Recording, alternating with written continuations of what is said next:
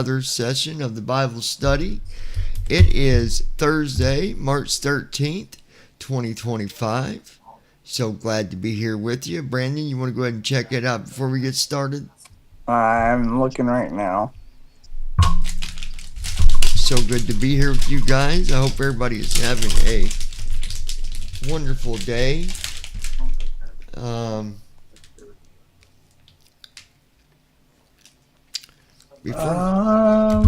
What channel are we streaming to on YouTube for here? The Lounge? Yeah, we should be good. It should be on. Okay, let me look. It might have messed up the title. Refresh my content.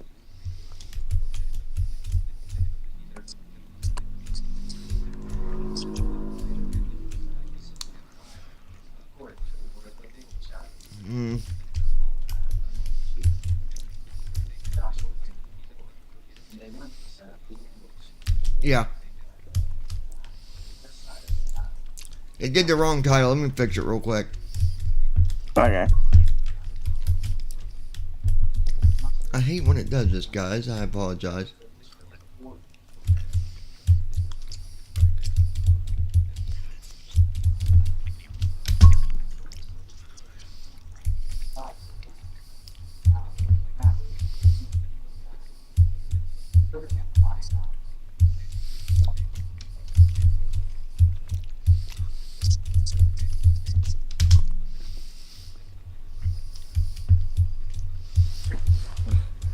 Okay.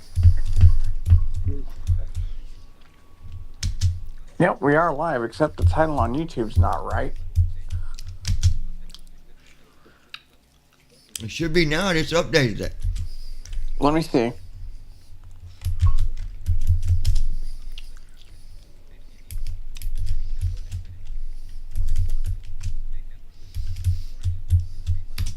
No, I didn't update the title on my end, but we are live.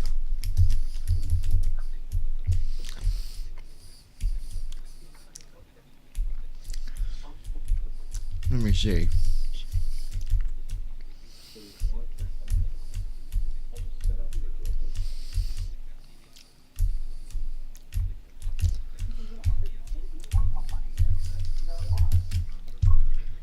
Okay. I don't know. It's a title thing. It's weird. It's with Restream. I don't know why it does it, but it does.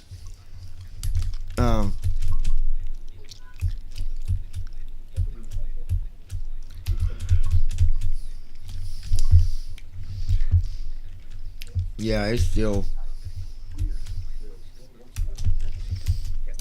okay.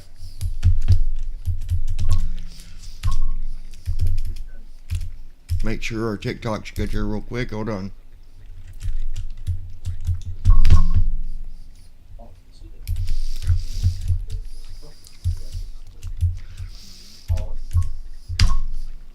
Okay.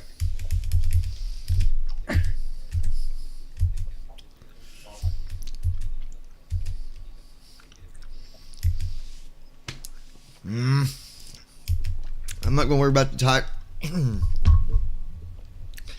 The title, I don't know why it does this. It's annoying, but that's the least of our worries, right? Yeah, I mean, people can figure it out when they tune in. Clearly, you're not flying. And I'll just open the chat. That way it's open. Let's go ahead and get started. And we're on episode 7.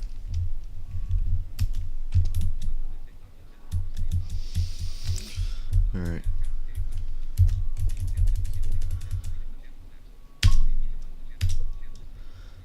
All right.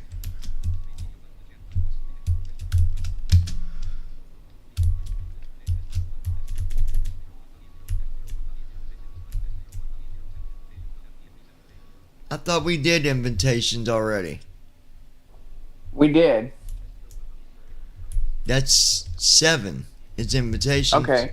So we're on Oh, yeah, 8. yeah. Okay, yeah, we're on the last episode. And we'll see. We might do this one in one of the second season. So we'll see. All right. So here we go. Can you hear it, Brandon? Yep. All right. Good deal. Angel Studios, Canaan, 1952 BC. A man is hammering a stake into the ground. This is the spot, my sons. His 3 sons approach and start digging. Their father sees a dark-skinned man with a walking stick headed toward them across a grassy field. He goes to greet him. Shalom, my friend. I don't know that word.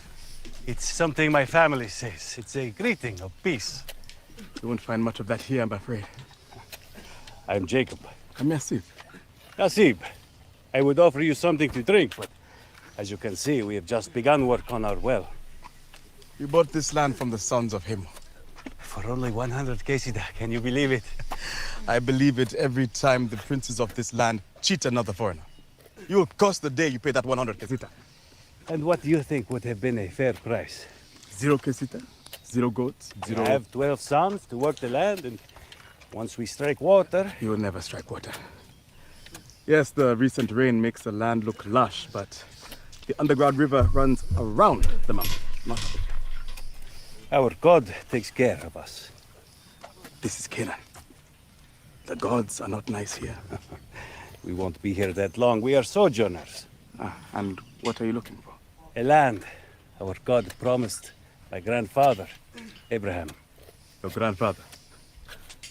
You ever notice how the gods are always promising us things, but we never really see them happen? Sometimes it takes generations. Suit yourself. So, what is this god of yours called anyway? El Shaddai. I've never heard of him. Not many people have, but I think someday they will. You have no home? Where's your temple for this god? He has no temple. So where do you worship him? We build altars wherever we go. And you do not carry him with you? No. There are no carved idols of him. So he's invisible? Yes. Well, usually. There was one time he broke my hip. Oh, no, I've heard enough. Of all the gods you could possibly choose from, you pick an invisible god whose promises take generations to come true, who makes you sojourn in strange places, and he broke your hip? That is a strange choice. Oh, immigrants. We didn't choose him. Jacob runs to his sons and Yasib follows. Water seeps up from the shallow hole they've dug. Jacob smiles as he dips his hand in the muddy water. He rubs his wet fingers together, then turns to Yasib. He chose us. Water continues to fill the hole. In AD 30, a woman uses great effort to pull a jug up from a well. Her hair is wet with perspiration as she grasps the rope hand over hand. Water splashes out of the jug as she hoists it to the edge of the well. She leans against the well and wipes her flushed face. The well stands under a simple canopy that is the only shade in a vast grassy field. She pours the water into another jar.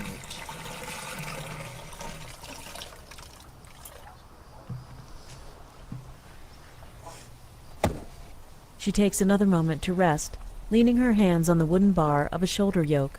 A large water jar hangs from each side of it. She gathers her strength and places the center of the yoke over her left shoulder. She walks with the heavy jars dangling, one in front and one behind her.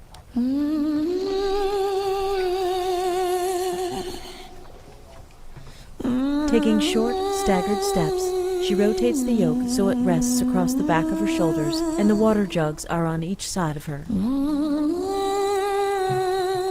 She follows a path worn through the grass that leads down a hill to a city in the distance. Vid Angel Studios presents a Loaves and Fishes production. Across a black background, simple gray fish symbols swim across the screen. A single fish moves in the opposite direction from all the others.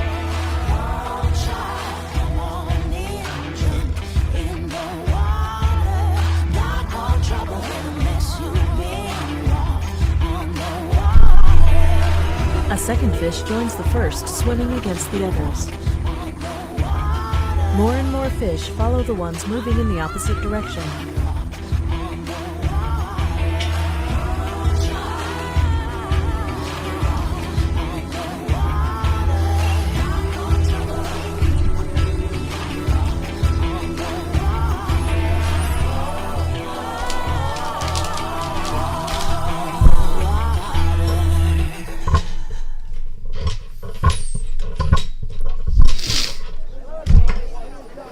In town, the woman now has the yoke balanced on her right shoulder as she staggers forward. She sets it on a wooden stand. She pushes the hair off her face, takes out a key, and walks to a door. Inside, a fire is burning, and a man with a gray beard sits stoically facing it. The woman enters through a beaded curtain that hangs just inside the door. You know, when the door opened, I honestly hoped it was a thief or a murderer come to put me out of my misery. Sorry to disappoint you, but there's something I need from you first. Come closer, I can't see you. She uncovers her hair and approaches him. He turns to her. Your hair is matted and your face is red. Why? You know why.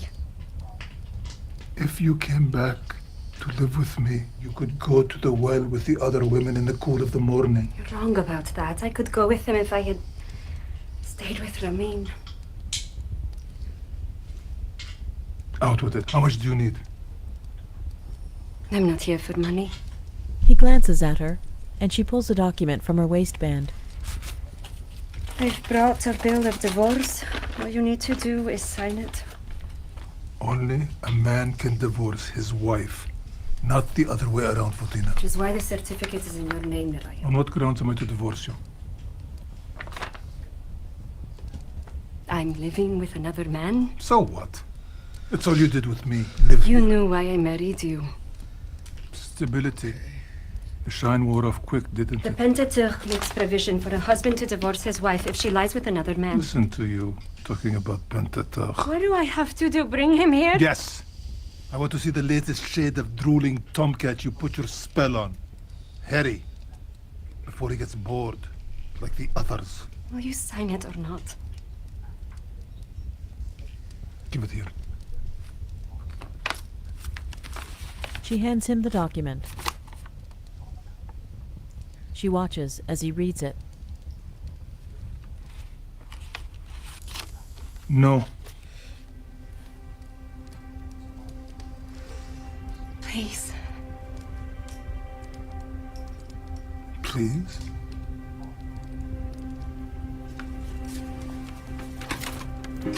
He tosses it in the fire. You're my property, Fatina. And I don't part lightly with my possessions. She watches the paper burn, and her sweat-stained face reflects the firelight. She walks out. Elsewhere, Jesus, his followers, and others are eating at a long candlelit table. The table is laden with a rich assortment of foods, and lanterns hang overhead. Matthew is fussing over a nearby serving table, where he slightly adjusts the placement of a tray. Rivka is seated beside Barnaby. The way he ran from the Red Quarter, nearly tripping on his robes. That Pharisee running? Somehow I can't see that. I thought for certain he would trip and fall and I would be arrested. Knowing your luck, Rivka, probably would happen, huh? I thought for certain Lil was gone forever that day. And it's Mary now. Always was. Matthew carries a tray of grapes. Does anyone want any grapes? Barnaby, you eat a lot. Very observant, Matthew. Thank you. Matthew moves down the table. Simon? Simon shakes his head. You know, Matthew, when you're not behind iron bars, you're quite handsome. I agree. What What is going on? Yusef and another Pharisee are at the door. Matthew goes to them. May I help you? We were just on a walk and we heard voices, and I thought it sounded like... Jesus and Simon stand. But surely not. And yet it is you. Would you like to come in? We would never be caught dead in a... In a what? In a tax collector's house? Not only that, but with a... He points to Rivka. Do you know what she... and he... They are... You seem to be having troubles finding your words, man. Why does your master eat with tax collectors and sinners? It's not the healthy who need a doctor, but the sick. I must say, I am shocked. She is from the Red Quarter. Much of what is done there cannot even be spoken by my tongue or across my lips. It is so unholy. The mere mention of it would defile me. Sounds like a personal problem. But him and the others he works with, they betray our people for money, and they're not even sorry. If you're so offended, then leave. Let them speak, Andrew. They've never offered guilt sacrifices in the temple. What? The priest keeps records. We checked them. Tax collectors are not welcome at the temple. Would like them better if they made the proper sacrifices. This is not about me. This is about what God wants. You are forgetting the scroll of Hosea. Go and learn what this means. I desire mercy, more than sacrifice. There are righteous men on the lookout for you, and they are weighing every word you say. Is that the threat? Please let them know this, Yusuf. I have not come to call the righteous, Gaius walks up. but sinners. Is everything under control here? Yes. We were just going on our way, Centurion. As Primi Ordine to you. Primi Ordine. The Pharisees bow slightly to him, then walk away. Gaius steps up to the threshold. You all keep eating. I will talk to this man. Guys? Jesus and Simon return to the table. Gaius follows Matthew aside.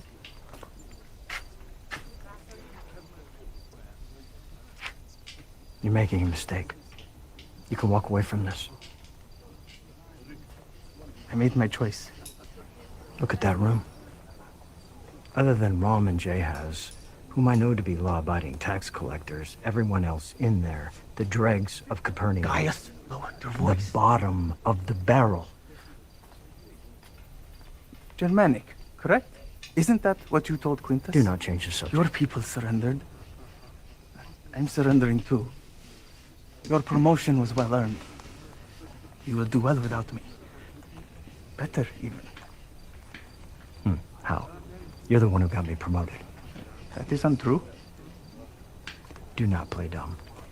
You know how this all happened. You could say thank you. No, I'm not going to do that. Well, if you can't say it, then there's something you could do to show it.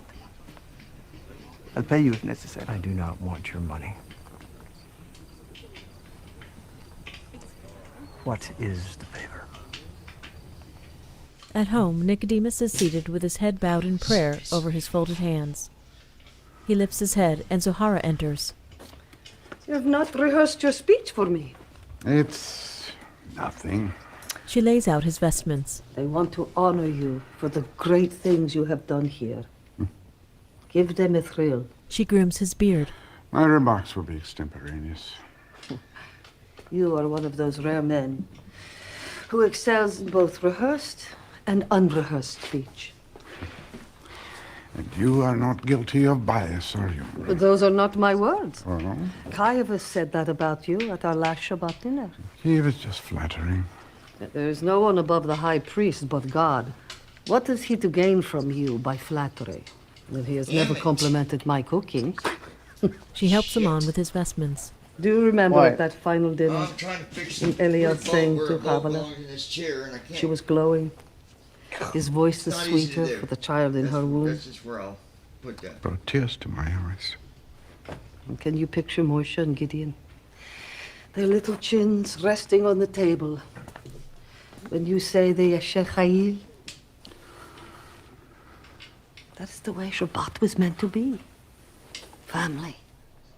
Knit together around the table. My mother's gilded plates. Your grandmother's candlesticks. May she rest in peace. I do miss her. And if she could see you now, receiving the highest honor ever bestowed by our order, She places a medallion around his neck. she would burst with pride. I remember the inscription she had over the doorway of her room. Adonai El Roy. The Lord, the God who sees me. The words of Hagar. She always loved that Hagar was caught up in something complicated and fraught, but not of her choice. And yet, God saw her. And he knew that the path she was forced to take would not be an easy one. When we stumble onto hard roads, he finds us and comforts us. Or does he call us to them? She lifts a blue-green glass bottle. Persian myrrh and camphor to commemorate our last day in Capernaum. She dabs its contents on his neck. One last day.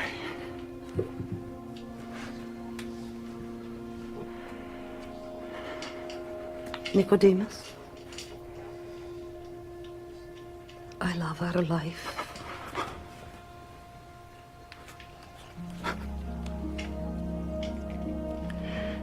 As do I. Take me back to it.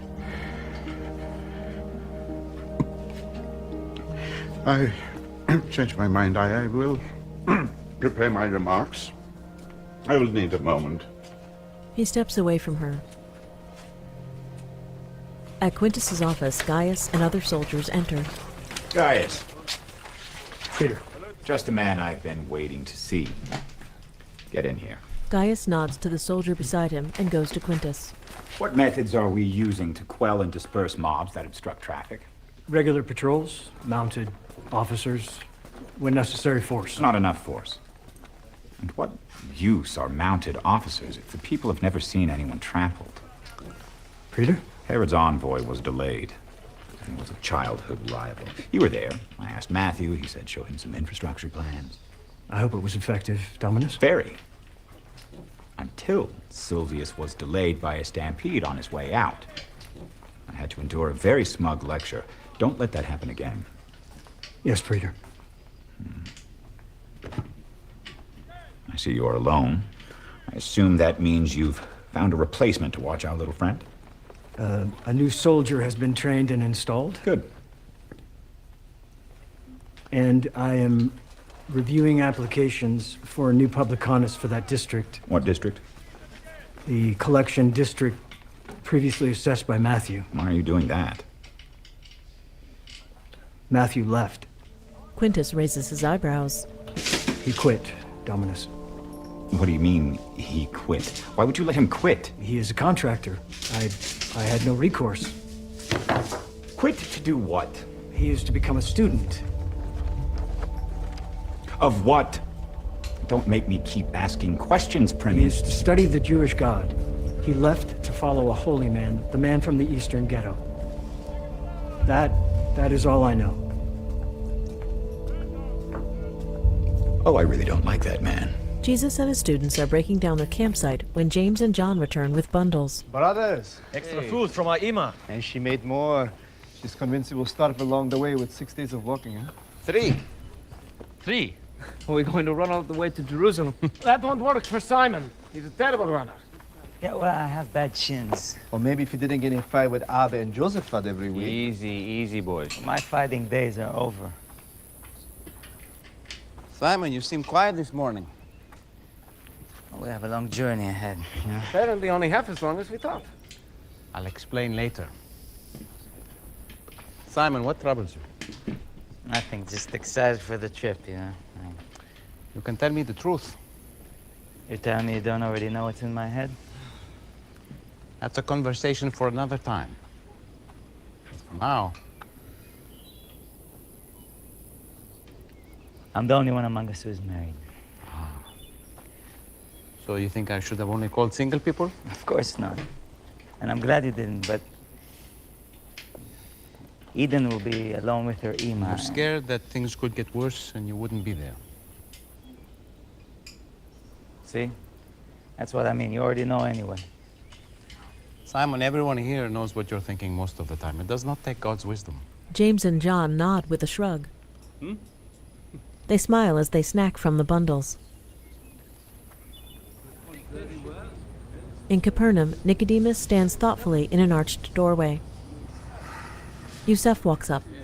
Congratulations on your profound contribution, Rabbi. We are forever in your debt. Praise Adonai. Praise Adonai. He leaves, and Nicodemus resumes his thoughtful expression. Shmuel approaches. The ceremony was glorious, teacher. Your acts of faithfulness and discernment have been duly recorded for all history. Thank you, Shmuel.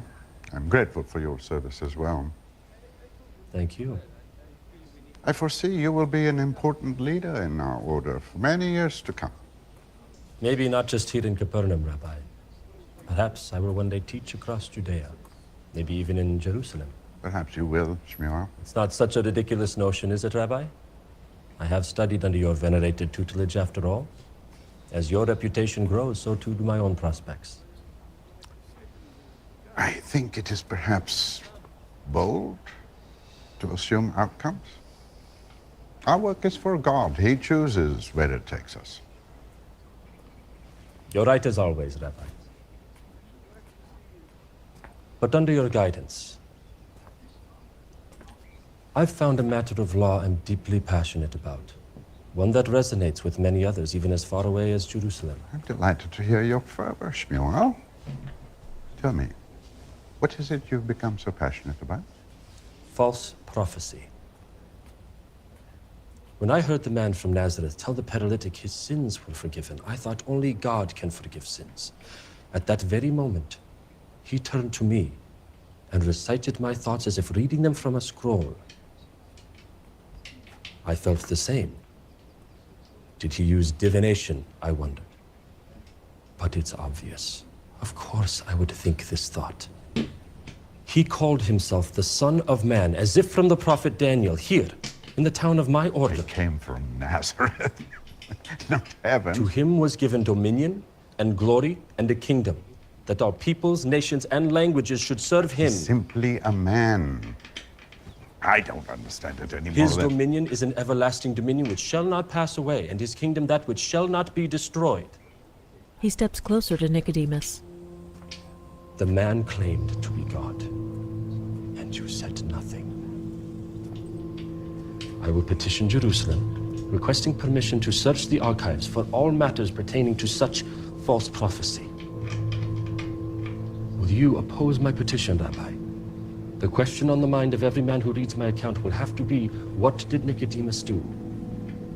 So, it's all about politics and promotion for you, isn't it? It's not to serve God. On the contrary, teacher, it's about the law. And the law is God. If I'm rewarded for that, it's because I learned from the very wisest. I will not oppose your petition. And, Shmuel, you have learnt nothing from me. Nicodemus walks away. Meanwhile, Eden presses a damp cloth to her mother's forehead. Where is Simon? Can he build us a fire? He's away. Is she? No, something else. Lie still.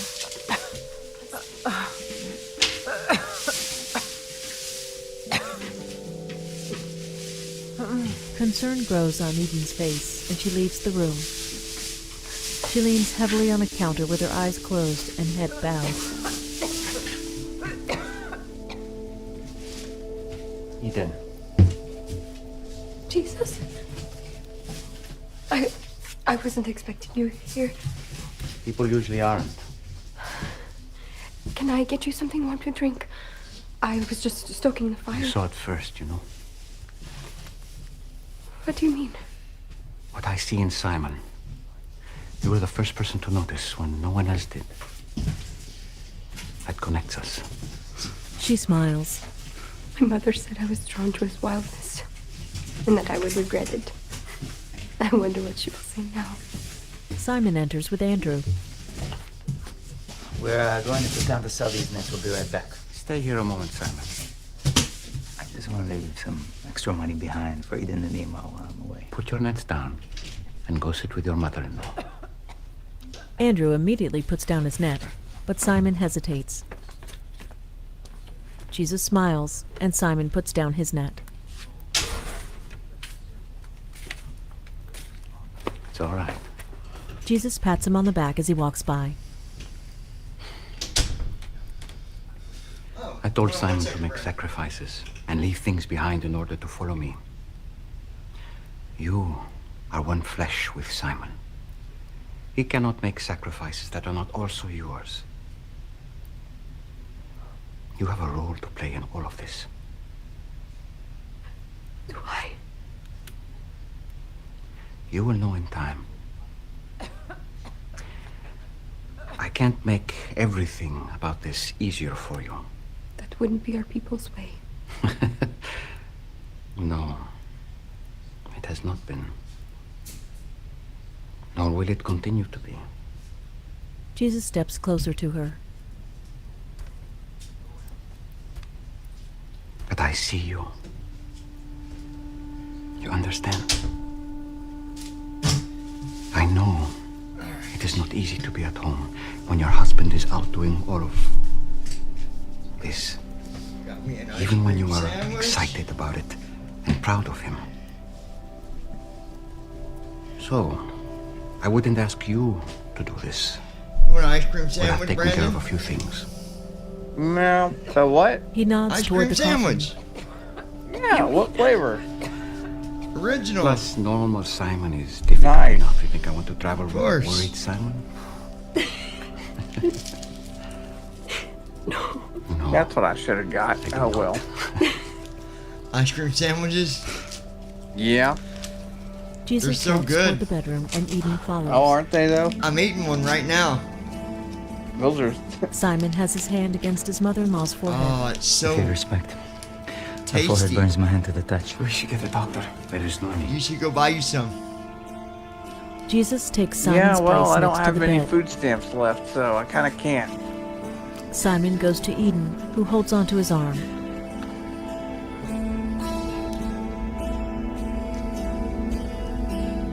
Slowly, Jesus places his hand on top of Eden's mother's hand. He looks upward, then closes his eyes. Eden watches tearfully with Simon and Andrew. Jesus opens his eyes. Leave her.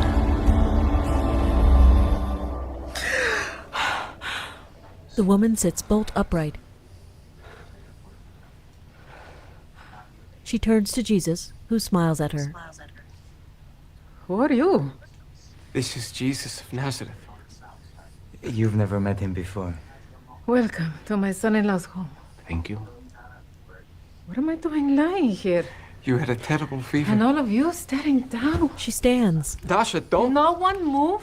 I'll be right back with some drinks. She hurries out of the room, and Jesus shrugs. And He healed her. let's hold this fire. Yes, he did. Coming. Andrew walks out. Let's see. Ryan butter for Simon, pomegranate arrow. Goat cheese. Thank you. Does your friend like goat cheese? Yes, I love goat cheese. In an embrace, Eden and Simon smile broadly. I should, see about the goat cheese. Jesus walks out. Thank you. Me? For what? For obeying and following him. Let him hear. They look into each other's eyes. Simon, nectarines or plums? At a market, You're alive. I know you are. I know that. I know that. Certain, right? Huh? Phil? You? Of course. Yes. Oranges. 2 shekels. Thank you. Plums. Beautiful silver from Phoenicia. Do you want some? Yeah. Fotina sniffs an orange. Don't serve your kind here. And what kind is that? You know what you want. She puts the orange back. Well, lucky for you, I can serve myself. She puts coins down and takes the orange. You know, to stop me, you'd have to look at me. He keeps his back to her. She storms away. In Quintus's office, Take down this decree in Aramaic, Latin, and Greek, so no one can plead ignorance. By order of Rome and punishable by detention and imprisonment, religious gatherings outside the synagogue and Hebrew school are strictly prohibited. a soldier posts the decree. The teacher known as Jesus of Nazareth is sought for questioning. Rays of pink sunlight stream through clouds. Matthew walks out his ornate door and pulls it closed. He turns the key only once to lock it. As Andrew leaves his house, he kisses his fingers after touching a rectangular mezuzah that hangs slanted on the doorframe. He carries a large bag over his shoulder. At Zebedee's, James and John say goodbye to their parents in the doorway.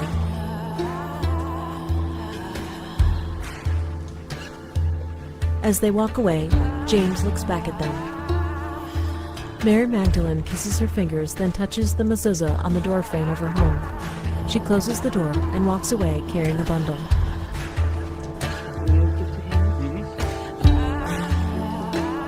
Zahara directs servants to carry items. Nicodemus walks past them carrying a small purple pouch. With a satchel over his shoulder, Simon hugs Dasha. He presses his forehead to Eden's and kisses her. She smiles at him and he walks out. Jesus stops at a well and sets down a leather satchel. Thaddeus and young James are with him.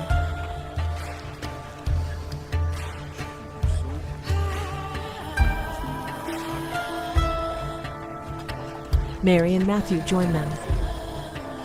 Nicodemus watches them from around a corner. Simon, Andrew, John, and Big James arrive.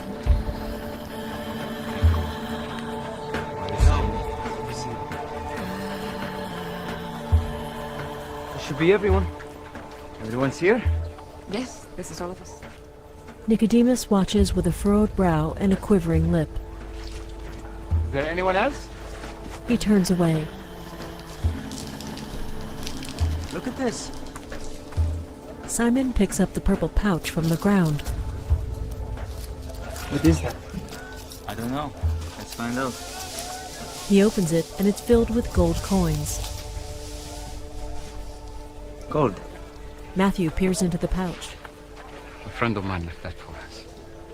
It's enough for 2 weeks of food and lodging. With a shake of his head, Jesus frowns as he looks toward the corner where Nicodemus is sobbing. You came so close. What do you mean? We need to go for it to make it to a camp in Tiberias by nightfall. Simon is correct. Let's go. Nicodemus covers his face with his hand. Jesus and his students gather their things and start their journey. Simon is looking at Matthew's fine white robes. You gonna wear that? On a trip. These are my clothes. Should I have others? Simon shakes his head and starts walking. Brandon! Why?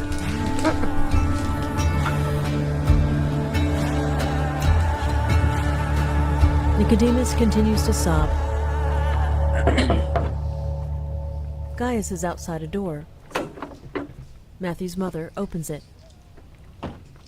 Hello? Elisheva, who is it? Roman. A man comes to the door and steps in front of her. What's wrong? What happened? Shortly after, Gaius is inside. What did it mean? Follow me. That is all he said. Matthew did not hesitate. Follow him where? Look, I'm sure he will come to his senses. His senses. Do you know my son? Do you? At the moment, he believes this man to be a prophet. The man that healed the paralytic at Zebedi's house. I would be careful with that word, healed. We do not know what sort of trickery or illusion may have been involved. Matthew has no interest in illusion. Nor in your God. Or so I thought. Matthew upended his life to be with him. His wicked life. He does not make decisions lightly. That is true. When I saw him 2 days ago, he did not seem himself. But I never would have guessed that he was preparing for this. He asked me to deliver to you some of his personal effects. An eye in heaven. The key to his house. Luxury bought off the backs of our people. I will not accept. He suspected as much. Gaius stands. Sell it. Give it away, burn it down. I do not care. Alpheus reaches for the key, but Gaius pulls it back. Don't burn it down. He gives it to him. The other is just outside. Outside, the three of them stare toward the ground. Matthew. The black dog is looking up at them. What? Why? Gaius moves to stand beside the dog, and he faces Matthew's parents. Matthew said thieves forced you to close your business. Yes, but... And you've been taking long journeys for your business. Yes. I have all my permits. Don't you get it? The roads are dangerous. Your wife is left for long periods of time alone. People with bad intentions hate him. Matthew's parents look at the dog. How does it work? One last thing. If you hear from him or receive any word of his whereabouts, contact me immediately. Is he wanted? Not officially. But if Jesus of Nazareth returns to Capernaum, the Peter would like to question him. And it would be in everyone's best interest if you contact me. We understand. And I just want you to... Well...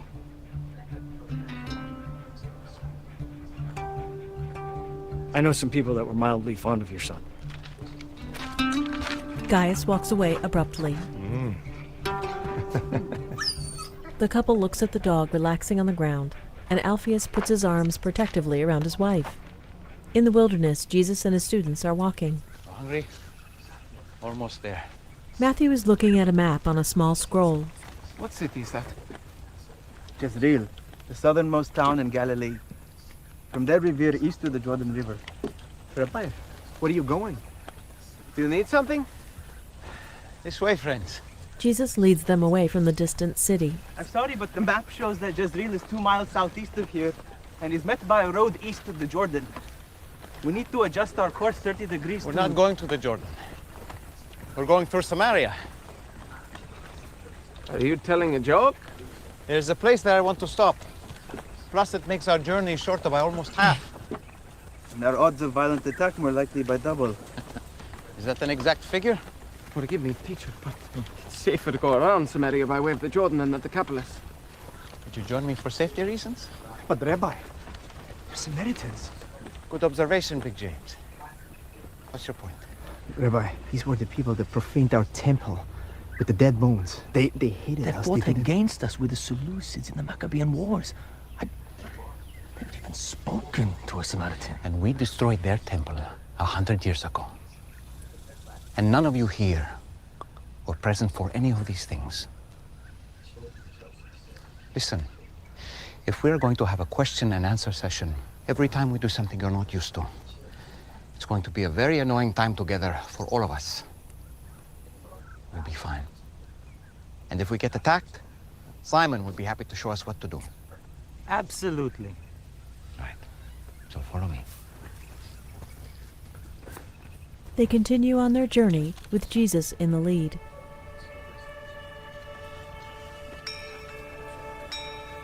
In a sunlit field, insects flutter up from the grass that is disturbed as they walk. Thaddeus is pushing a cart full of supplies. Later, the sun sits low on the horizon. Mary walks out of a home with another woman. They hug, and the woman gives Mary a small bundle.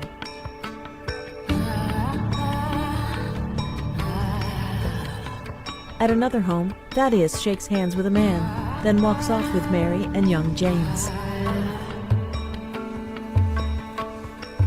Later, Jesus and his students are walking toward the well that sits under a canopy. Big James is pulling the cart as they trudge up the hill. Jesus stops, still a distance away from the well. We ate the last of Salome's bread last night. Master, we need to go into town for food. We can use the gold left for us at the fountain. Very well. There's a town about a mile west. Sikar. You all go. I'll wait here. Someone should stay with you. In case. I'm all right. Meet me at that well when you come back.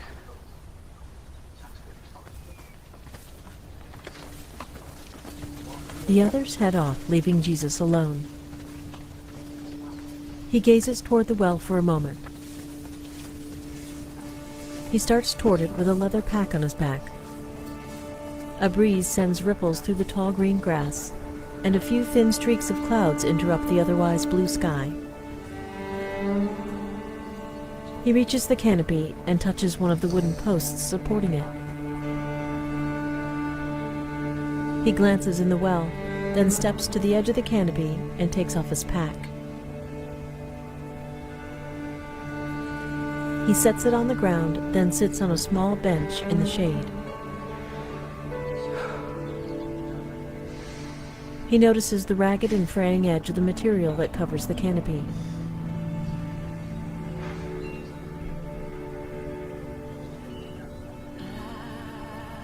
Walking along the path, Fotina approaches with water jugs hanging from her shoulder yoke. She sets the yoke on the stand next to the well. Would you give me a drink?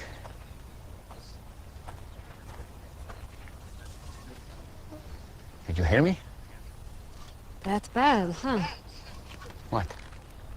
You, a Jew, ask for a drink from me, a Samaritan, and a woman. I'm sorry. I should have said please. She lowers a jug into the well. You know, it's not safe for you to be alone out here. Nor you. Why haven't you come with others? And why so late in the day? Don't women come to the wells in the cool of the morning? Yeah, well, none of them will be seen with me, so I have to come out now. In the heat, as you have so kindly reminded me. Why won't they be seen with you? Long story. I'd still like a drink of water if you can spare it. Amazing what a parched throat will do. Aren't I unclean to you? Won't you be defiled by this vessel? Maybe some of my people say that about your women, but I don't. Yeah? And what do you say?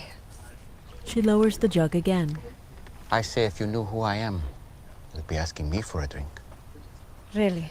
And I would give you living water. Would. Except that you have nothing to draw water with, and this is a deep well. Besides, what do you need from me if you have your own supply of living water?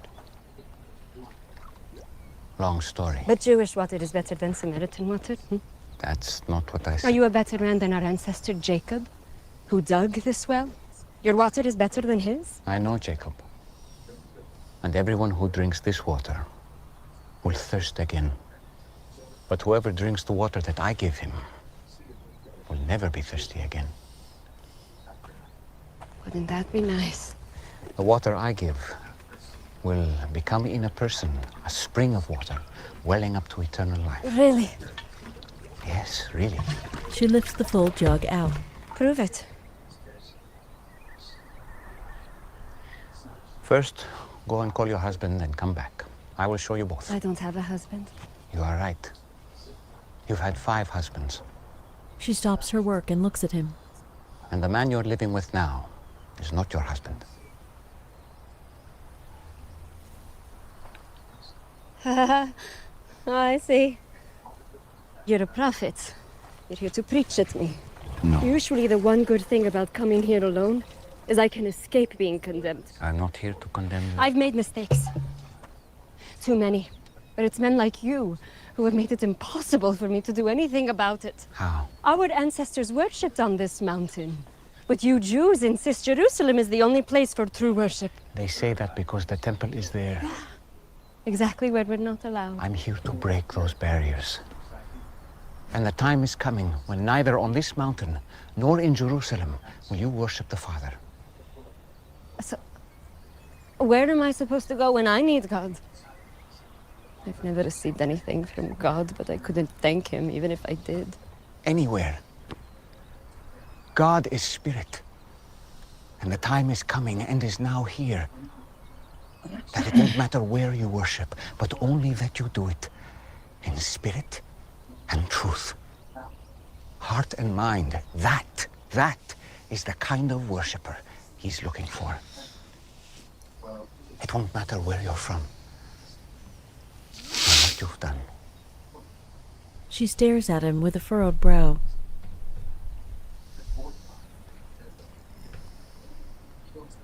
She shakes her head and walks to the yoke. Do you believe what I'm telling you? Walks to what? Oh, the yoke. Until the Messiah comes and explains everything and sorts this mess out, including me. I don't trust in anyone. I love this story. You're wrong. Oh, I know. When you say that you've never received anything from God. She hoists the yoke onto her shoulder. This Messiah you speak of, I am he. She starts walking. The first one was named Ramin. She stops. You were a woman of purity who was excited to be married. But he wasn't a good man. He hurt you. And it made you question marriage and even the practice of your faith. Stop it. The second was Farzad. She drops the yoke. On your wedding night, his skin smelled like oranges. And to this day, every time you pass by the oranges in the market, you feel guilty for leaving him. Because he was the only truly godly man you've been with. But you felt unworthy. Why are you doing this? He steps toward her. I have not revealed myself to the public as the Messiah. You are the first. It would be good if you believed me. His students are coming up the path. You picked the wrong person. I came to Samaria just to meet you. Do you think it's an accident that I'm here in the middle of the day? I am rejected by others. I know.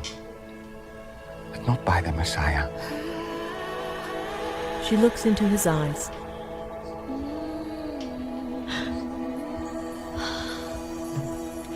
And you know these things because you are the Christ.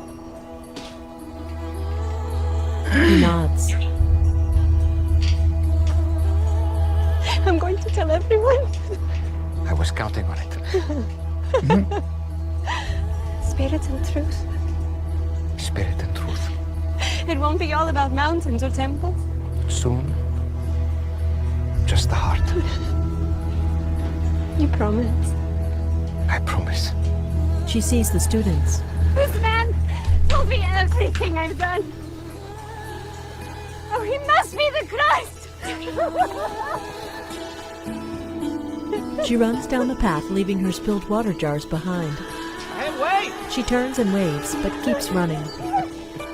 Your water! You forgot your, Fancy a man who told me everything I ever did! Jesus smiles as he watches her go. Rabbi, we got food. What would you like? Ah. I have food to eat that you do not know about. Andrew is eating an apple. Who got you food? Wait a minute. You told her? And she can tell others? What food? My food is to do the will of him who sent me. And to accomplish his work. You told her who you are? So does that mean... It means we're going to stay here a couple of days. It's been a long time of sowing, but the fields are ripe for harvest. And so it's time. Let's go. Yes! They all smile as they follow Jesus away from the well. Simon falls in step with him and gives him a hug.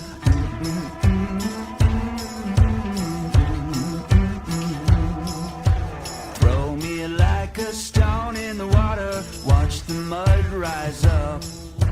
Dress me like a lamb for the slaughter, pour me in your cup.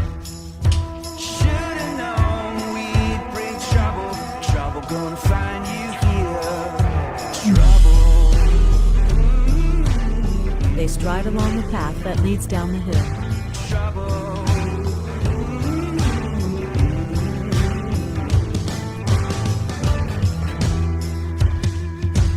Trouble. The Chosen. Created by Dallas Jenkins. Produced in association with Out of Order Studios. Narrative script written and read by Beth Sharp for the Emmy Award-winning Narrative Television Network.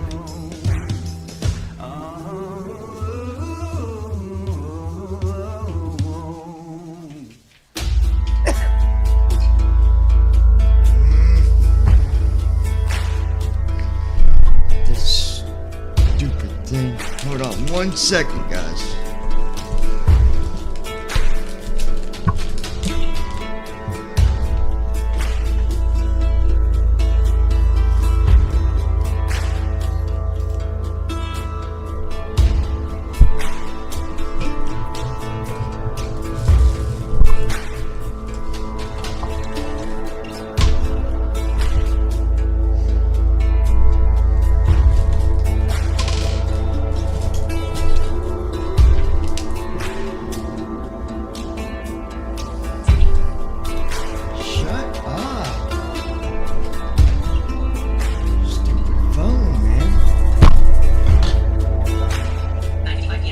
Don't know how to quit. Let me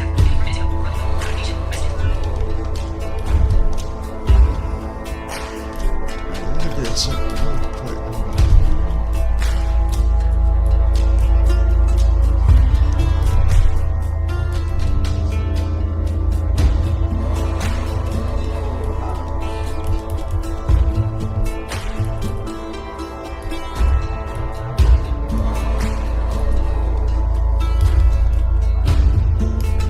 Yes, we will.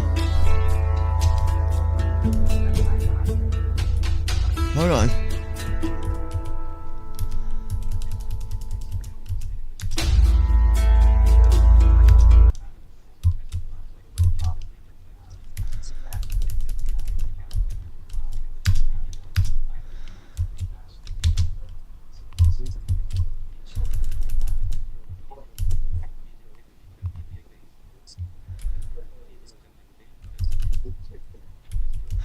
Okay, so being someone asked if we would do one more, I will, but I'm going to tell you the first one's not that long, but this is the second season of, yeah. Yep. The second season, and we'll do one. We'll do one in the second season, and then we'll pick up more next time. So, yep. So we'll do. This one is called Thunder.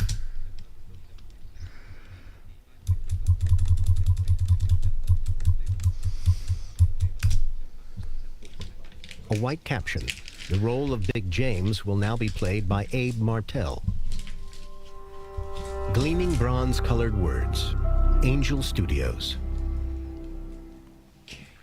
A wall of stone begins to crumble, and shafts of golden light spill out, forming Hebrew characters above English words, loaves and fishes. In a dimly lit room, Simon leans close. The first time?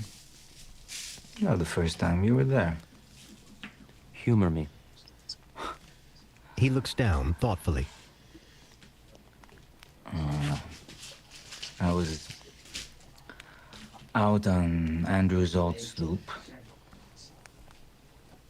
I'd had a bad night. He creases his brow, frowning slightly. At first I didn't even know it was him. Okay. I thought he was a Roman, about to ruin my life. And what happened next? Thomas. It was at the moment when I thought my career and my reputation were about to be destroyed. He smiles and breaks into a laugh, Oh, my patience is then getting shakes thin his on this head. chair, dude. Philip just It's still said, giving you trouble. It's "Come one and boat. see." And Just I- one. I hate that. Look, I don't know how to describe it other than He stares down, blinking, then looks up solemnly. he knew me before he knew me. Andrew smiles wistfully. I was standing next to John the Baptizer. What? Creepy John. Simon butts in. And he walked by, like out of nowhere. And John freaked out. He said, "Behold." I'm eating a new bug. Andrew shoves him. He was just sitting there, Thaddeus grins. eating lunch with all the construction workers, cracking jokes. Little James. I was on my way to Jerusalem. He looks emotional. I'm sorry. All of this is just, it's difficult to talk about. Yeah, it reminds me of how much I miss him. But we have to. I know. It just, I talk about him to others every day. But it's difficult with all of you. It's different with all of you. Just tell me about the first time you actually saw him. It was in a tavern. Mary Magdalene smiles. He set his hand on mine. Which isn't what it sounds like. Maybe leave that part out. People will get confused. I don't know yet what I will be including. I'm just writing it all down. Matthew. It was the fourth morning of the third week of the month of Adar. Sometime during the second hour. It doesn't have to be precise. Why wouldn't it need to be precise? Mine will be precise. My answer might not make sense. Try me, Mother. Mother Mary looks down thoughtfully. I can hardly remember a time when I didn't know him. There's one little kick. John writes down her memories. Go on. She gazes at him. My son, why are you doing all this? Why now? Because we're getting older. And our memories are... I mean, why now? During Shiva. Because everyone is here. I need to get their memories. You need to mourn Big James. He stares down. He won't be the last of us this happens to.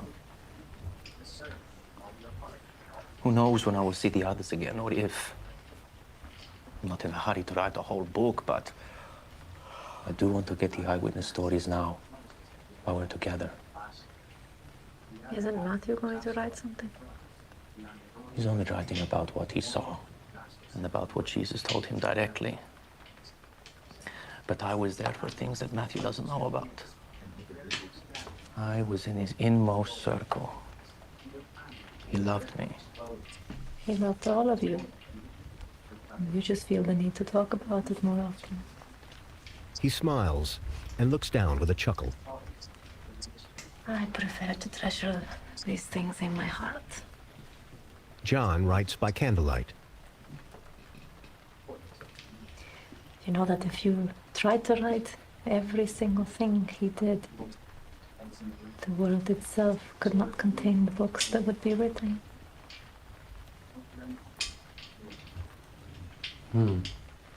A disclaimer. That's good, I'm going to say that. You see, Mother, if I do not write these things down, they will be lost to history. James would agree. Mary watches him writing. Where will you start? In the beginning, naturally. Just, not sure which beginning. His birth, Earlier. his ancestry. I'm pretty sure Matthew has that covered. Maybe the prophecies, the promise to Abraham. I thought about starting with Abraham, but still so much came before him. What was before Abraham? Noah, And before him? a garden. Well, you could start there. But I wanted to be known that he was much more than what could be seen or touched. What was before the garden? In the beginning, the earth was formless and void. The room lights up from a flash of lightning. They look over at the window and rain falling from the night sky.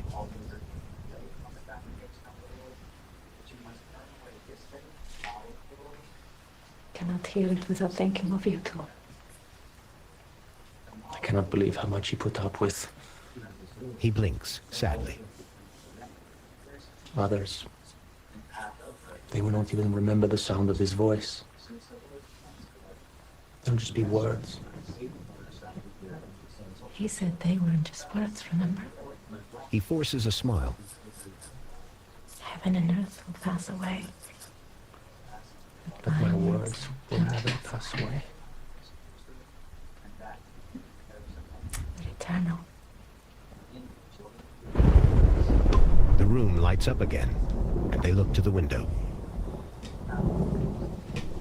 Mary, wearing a dark red headscarf, lowers her head and rubs her arm, then gets up from the table.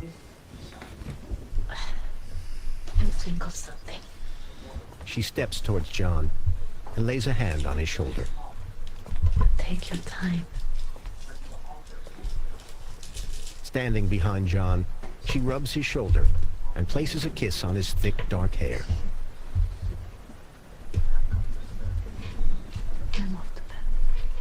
Mary smiles warmly at John, who gazes at the window. She leaves the room while John watches the rain dripping down off the window frame. Images of gray animated fish swimming against Good black. stuff, man. Angel Studios presents Oh, a yeah. Loaves and Fishes Really production. good stuff. Shahar Isaac, Elizabeth Tabish, Paras Patel, Noah James, George H. Xanthus, Abe Martell, Sean Sharma, Joey Vahedi, Yasmin Al-Bustami, Vanessa Benavente, and Jonathan Rumi as Jesus. Music by Matthew S. Nelson and Dan Hazeltine, featuring Ruby Amonfu. Producers Chad Gunderson, Chris June. Co-executive producers Ricky Ray Butler, Earl Seals. Executive producer Daryl Eves. Executive producers Dallas Jenkins, Ryan Swanson, Tyler Thompson. Written by Ryan Swanson, Dallas Jenkins, Tyler Thompson. Directed by Dallas Jenkins. Now younger, John has a rope around his waist and grunts as he walks. The rope pulls a drag, weighted down with heavy stones. Big James walks in front of John, pulling a wooden beam with a spike, which plows a groove into the tough, bumpy ground.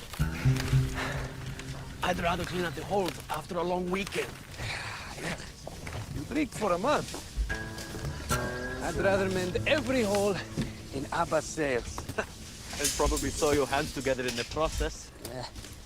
I would rather wrestle a swordfish. Just get in the water with it? But I'd snatch it out of the water with my bare hands if it meant not spending a night with these people. You know it has a salt on its face, right? We lucked out, brother. Planting this field while the others tried to keep up with Rabbi and Sikar. It wasn't luck. He chose us. You're going 2 thumbs deep? Yeah. Rows 300s apart. So why do you think he did that? We're good workers. And maybe he knows we don't like Samaritans. Maybe Jesus just likes us best. Yes. That must be it. So why do you think he likes me best? For the same reasons I like you best. You pose no threat to anyone, intellectually or physically. Thank you, brother. Wait a second. Yeah, right I over want there, to right? know is who are we planting this for? What's up? Is you okay over there? Generations. Yeah. I assume Getting a little travelers. sleepy. People passing through like us. Hospitality isn't just for those with homes. I'll be all right. Don't quit your What are we day doing job. this one that you can go to Too late for bed or... that. Yeah, me too. Come on, let's pick it up. I don't want to lose this job. They carry on. I would rather talk with Matthew for a whole minute. I'd rather listen to Andrew's jokes. Thomas and Rema. The car is on the other side of Mount Iba. They're on a road. And the map says to head southward along the east side. It could be this fork, taking us towards Shiloh. This let could be too early. That's a theory. It's a fact that we must veer south, because if we keep going westward, we'll encounter the hostile city of It's faster to go between Mount Gerizim and Mount Ebal. but more dangerous. Not if we avoid the cities. There's no avoiding cities on a road.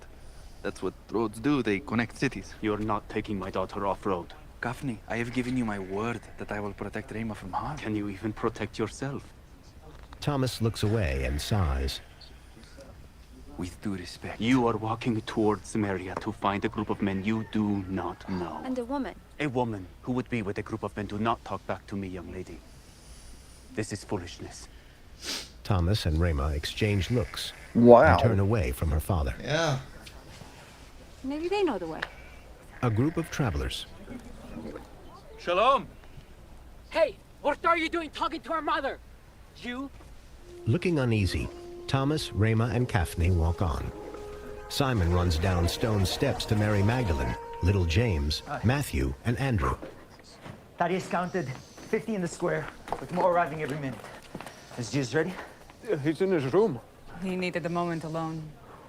Well, there are many begging to hear more. He's been talking to people since dawn. He needs a break. I'll bring him some water. I thought most people had left after the first sermon. They left to go get their family and friends, and now they're back threefold. The population of Sikar is approximately 2,000.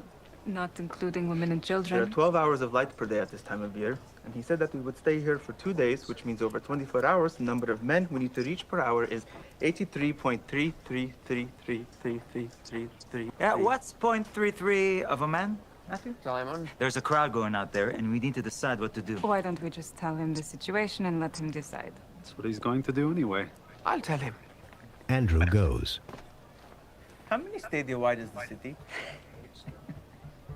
I brought you some water and... Andrew comes into a dark room. Rabbi? Rabbi? It will give us a rubric of how many square cubits we need to reach per hour. Rubrics?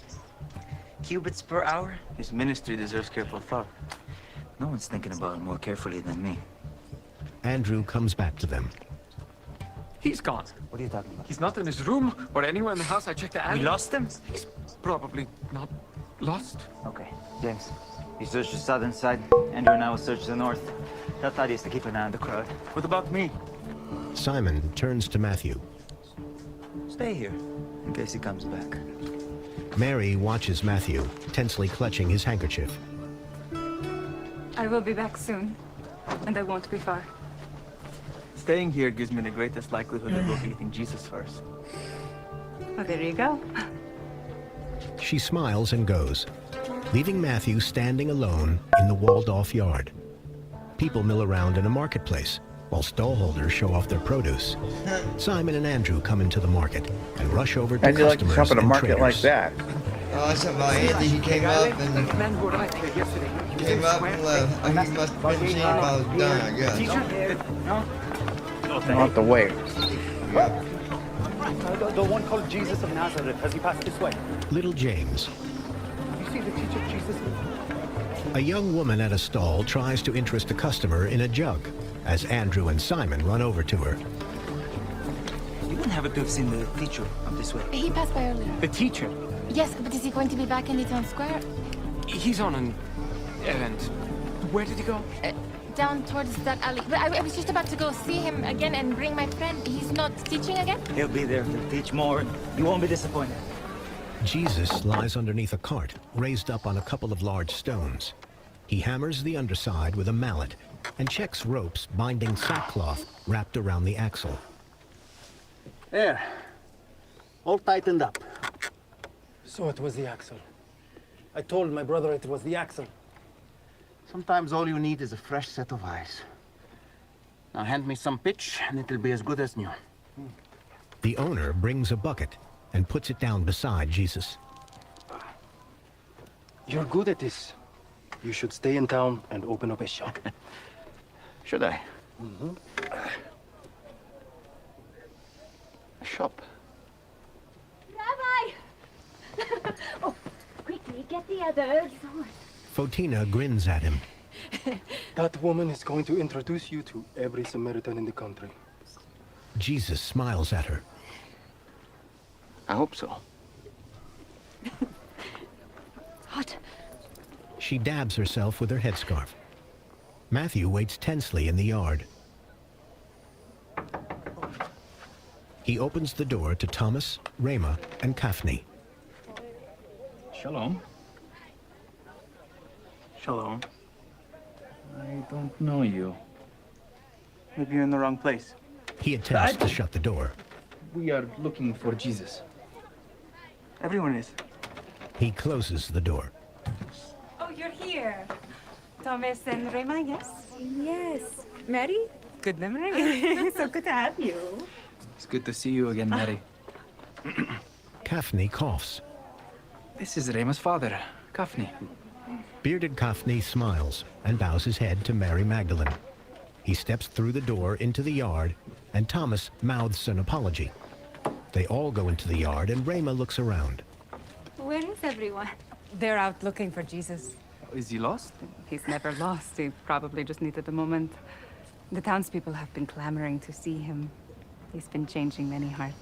I know how that works. So, your friend wasn't just being rude. Oh, Thomas, this is Matthew. Matthew, Thomas. You approached a strange home, and when the occupant answered, you said, "I don't know you." Is that being rude? Thomas takes a step back, looking uncomfortable. We had a brutal journey. Wasn't easy finding this place. And the Samaritans thought we'd be torn apart.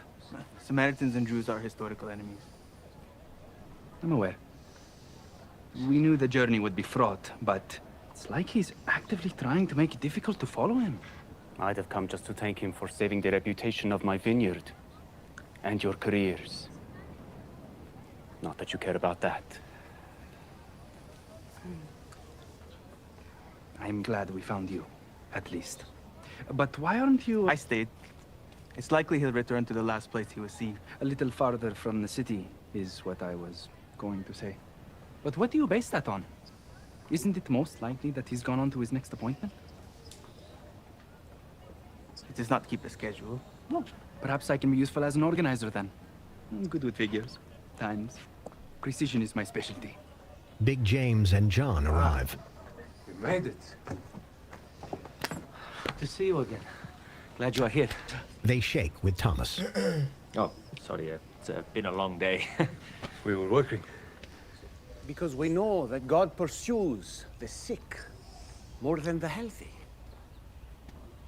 Think of it this way. Are there any sheep herders in the crowd? I am. Ah, welcome. We are honored you are here. I have a very warm place in my heart for shepherds. Who is tending your flock now? My brother. We're taking turns. How many sheep? 100, teacher. Say one of them goes astray. What do you do?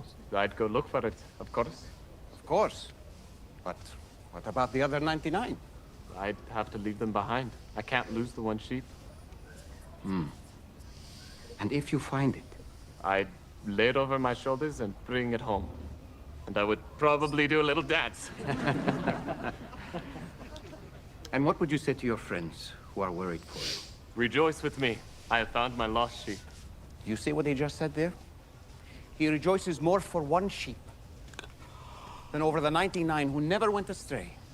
So it is not the will of my Father that one of these should perish. In the same way, I tell you, there will be more joy in heaven over one sinner who repents than over 99 righteous persons who need no repentance. Look at them.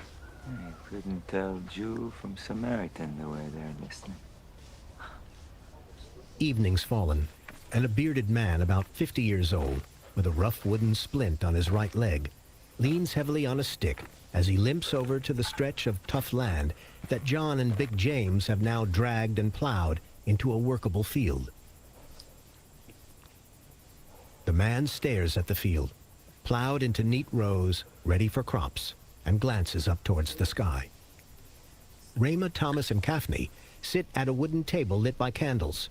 They look up as Simon, Andrew, and little James come in, followed by Jesus.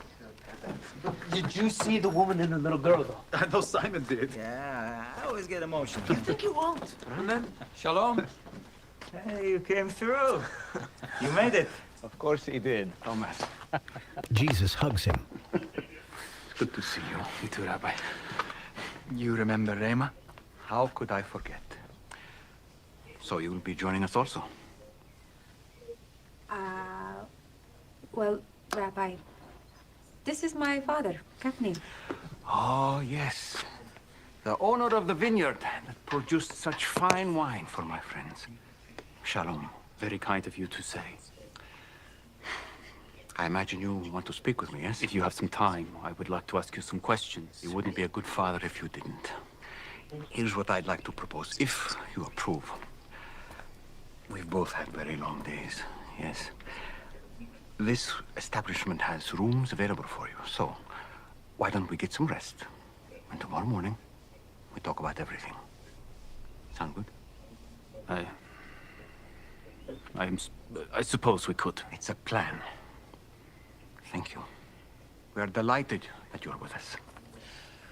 Now, if you'll all excuse me for a moment, I must go speak with a couple of men who performed a truly remarkable act of service today. Let us escort you, Rabbi. He turns to Simon. If you like. They step into the next room, where John and Big James eat. We were right. John nudges Big James. What happened? I was just telling everybody the work that you boys did today. How remarkable it was. You must be famished. Yes, we were hungry. Eat. Restore your strength. And when you're done, please describe the work to the others. I hope everyone takes note of what John and Big James did here. Good night, friends. Jesus walks out, and John raises his clay cup to Andrew and Simon. Day, and Jesus' followers walk across a stone bridge. Matthew talks to Andrew. Where are we going? I don't know any more than you. Jesus gave them an errand and said, come with. I don't get it either. They describe moving stones and digging.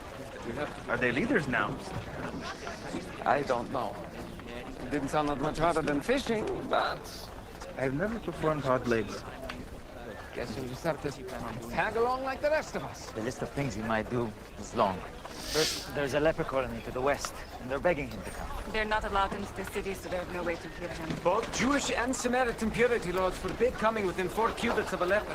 What distance do we have to keep from these Samaritans? We've been within 4 cubits of a leper before. I tell you, if you're really If he listening, breaks the law, it might guys, this is something Dinner, that we've been invited to the home of the you town can truly treasurer, get and you have to something juggle out that of. invitation with another one. You really can. Of the high priest of There's Sukkot. so many things It that could get messy, huh? Why messy?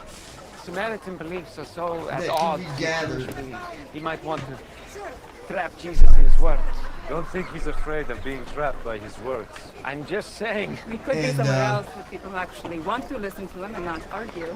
If he convinces the You know, rabbi at the just time, like- his message would be preached long after we leave this village. Right, Let's leave I'll it to talk the about it in a boss, second eh? when it's done, but just like Dinner about the treasure or the high one priest? sheep Either. Dinner with whom, over then? You know, there are a lot of people who want 90 Oh, you're talking people. about the one sheep over the 99? Yeah, over the 99 that are That's already the saved, you know.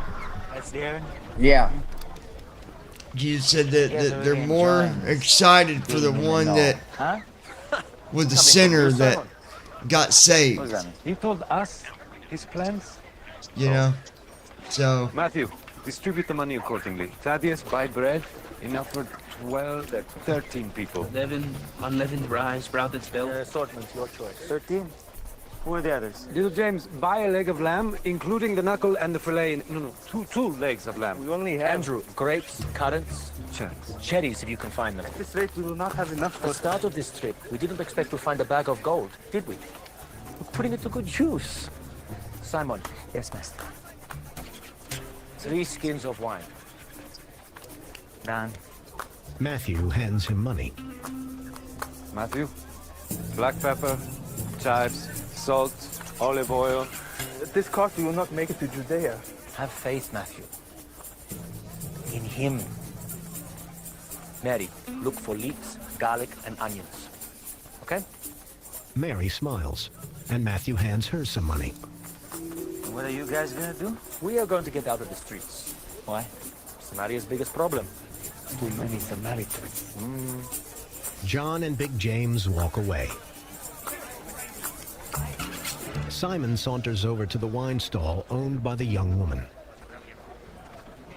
Hi again. Yeah, 3 skins of wine, please. What kind? Red. Something with cloves, I guess. Simon! There you are. I've been looking for all of you. Lucky for you, we're on this market. What are you doing? Is he going to teach here? Shopping, if you can believe it. This man, he told me everything you I ever did, yes. We've heard them for ourselves. Because of his words, we believe he is the anointed one. You don't have to keep telling us, Fatima. Here, No, I only need 3. it's on the house. Anything for him. She gives him an extra skin. Thank you. Simon, I need you to deliver a message. Fotina hands Simon a rolled scroll. Yes. Dark-haired Fotina watches with a girlish grin as Simon unrolls the scroll and reads the message. He looks up at Fotina. Everyone?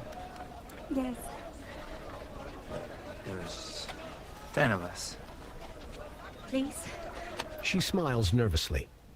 In the house, Kafni sits waiting at the table as Rema runs over. Sorry, Abba. It was a busy morning. I'll make you some porridge. She walks over to another table. What do you think he's doing? I just need a few moments with him. He said it was a short walk. I'm sure he'll be here soon, Abba. I have things to say. You're lucky I even came all this way with you. I could have just decided no. I can't decide what Tomas does. He can make his own bad decisions, but you... I have things to say. I know. And I'm very grateful. He watches her make porridge. Porridge. Soon you will know every way to make it. Because that is what you eat when you don't have a job or live with your family. Jesus arrives. Kafni, good morning. Thank you for your patience. I had a few people to meet before our important talk. Were you comfortable last night? Yes, although I must say I didn't sleep very well. I know what it's like to be concerned about someone you feel responsible for, but I am not a father. I imagine all of this makes you nervous. Could we? Sure. Rema stays by the table, and Jesus and Kafni step outside.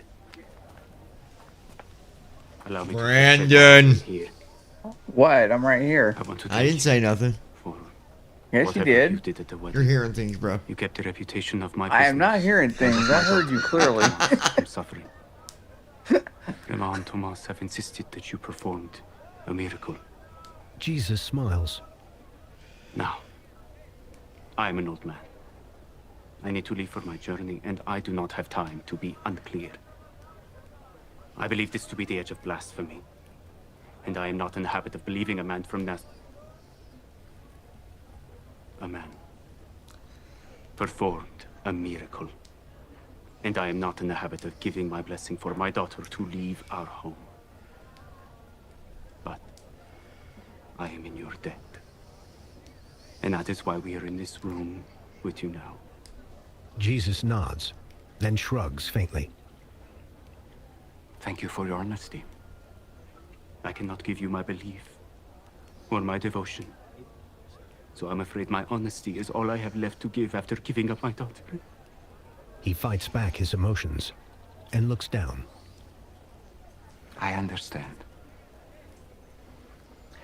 I ask a lot of those who follow me. But I ask little of those who do not. Yeah, Brandon. I don't want to be rude, but I have said all I want to say. Kaufney turns tensely and goes back into the house. Jesus watches solemnly through the doorway as Kaufney takes Rayma's hand and places a purse into her palm. Jesus looks down sadly. Kaufney and Rayma rest Don't their you hate it foreheads when you against sit each other, something down and you Kaufney just lets did it go and of you're like, Rayma's where did I hands go and with walks that? away. Yes. Jesus glances up I at the do sky it all the time. as Kaufney comes out of the house carrying a staff and his bundle of belongings. Rayma follows him out and looks at Jesus, who forces a smile. Or you'll Jesus put something looks on down, you sadly think you as put it Kaufney in one and Rayma spot and come it's out in of the another yard spot. and into the street, where Thomas stands waiting by a donkey.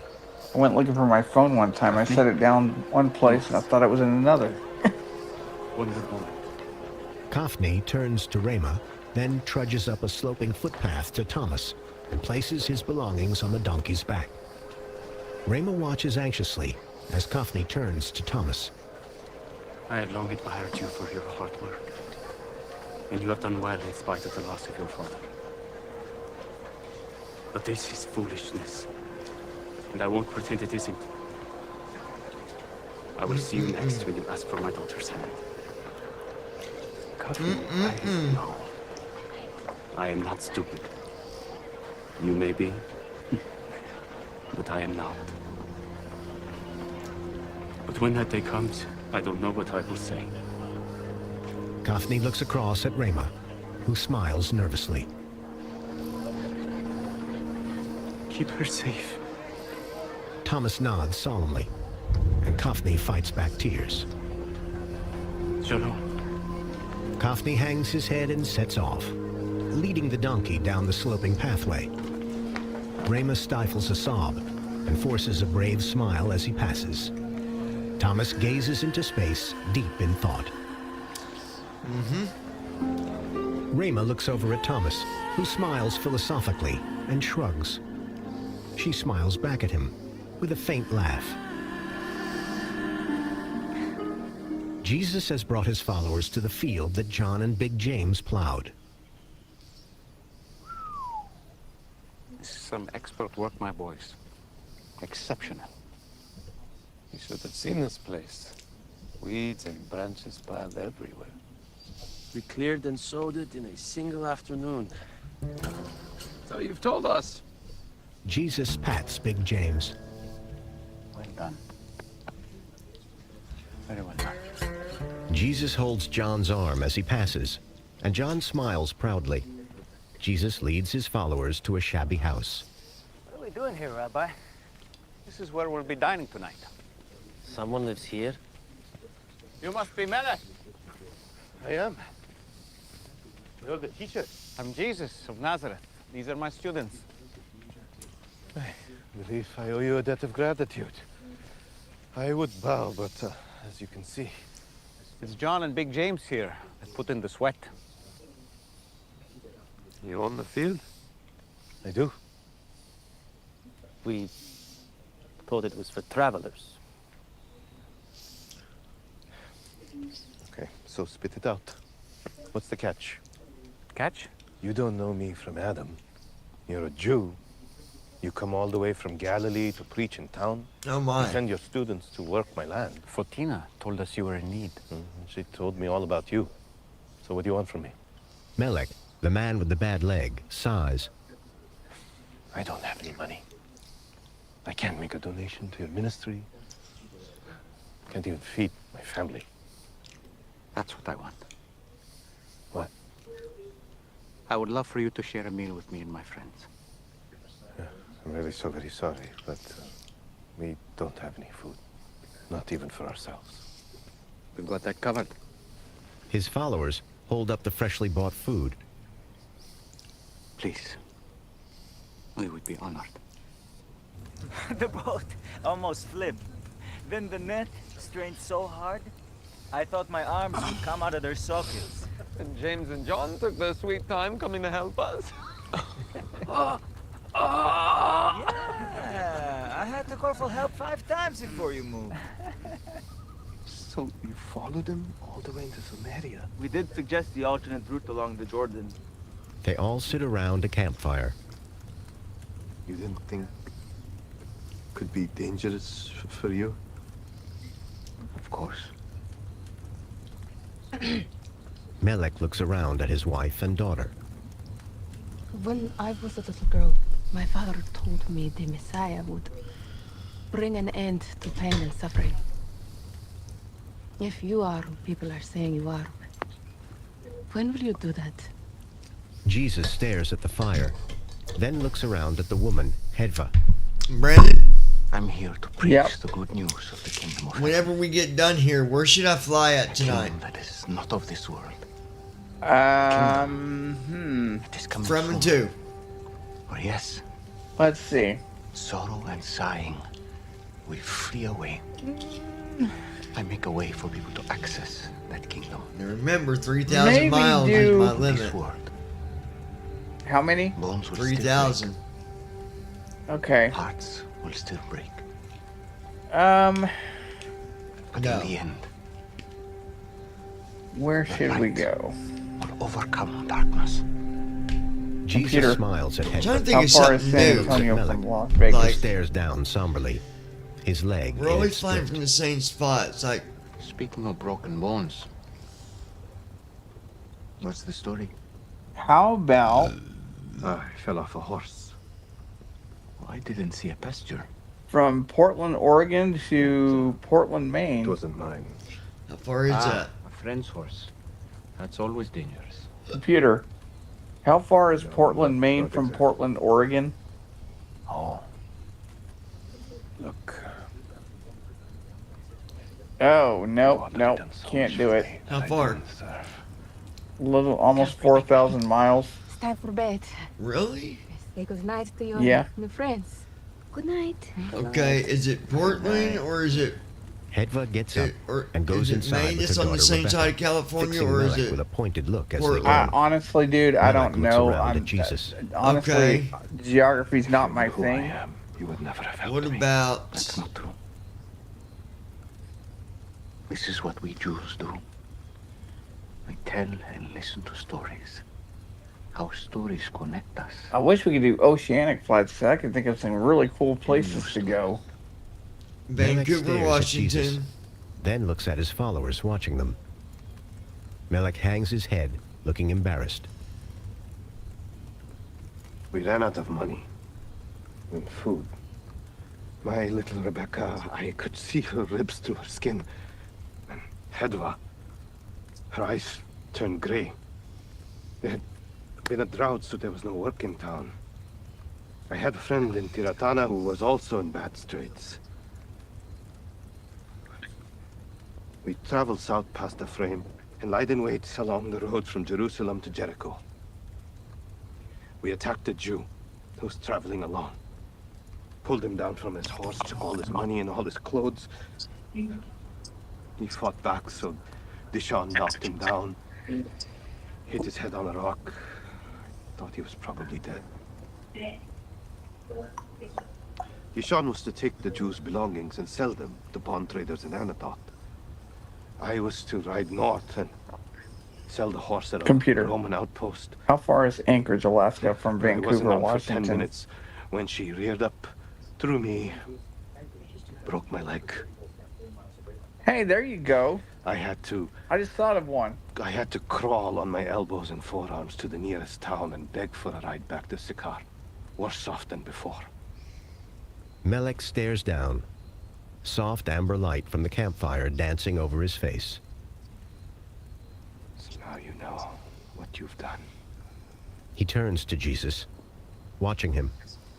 The kind of man you've helped. I thought of a flight for you. I think about that Jew. Naked and alone On the road, possibly dead.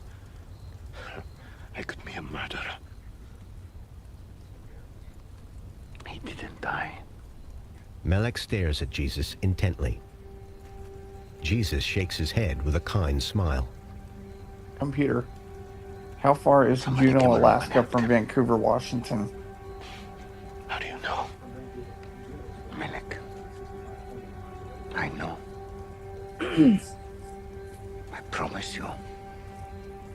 He did not die. Melek gazes fixedly at Jesus, then looks away with a sob. He hangs his head and rubs his eyes.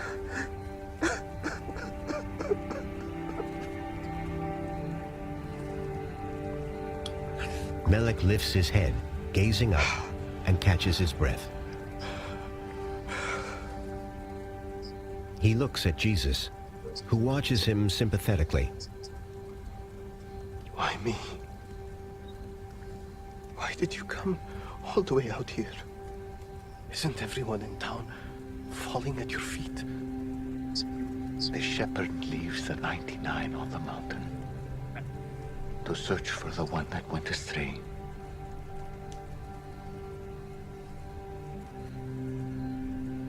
What do you want? Believe my words. Return to synagogue. Search Torah. I never learned to read. And listen to the word read aloud. And let it affect your heart. See what happens. And then what? Tell others. You know the crime I committed? In cold blood? You'd help someone like me? He would. Jesus and Melek look over at Simon, sitting beside Andrew. Jesus looks around at Melek. Sleep on it. We'll be in town for one more day. Jesus stands up, and Melek hauls himself painfully to his feet as Hedva comes out. She is asleep. We better go back into town before it gets too late. Yes. We never know what sort of men may lay in wait along the side of the road, huh? He looks at Melek. Too soon? You told him. I think he already knew. May I? Jesus hugs Melek. Sleep well tonight, my friend. Jesus embraces Melek warmly. With a final smile at Melek and Hedva, Jesus turns and goes, and his disciples follow him. Jesus and his followers file away. Later, they wait patiently outside a front door with lamps burning on either side. Simon takes a step forward and knocks.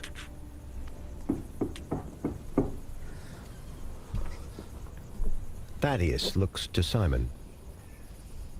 You're sure this is it?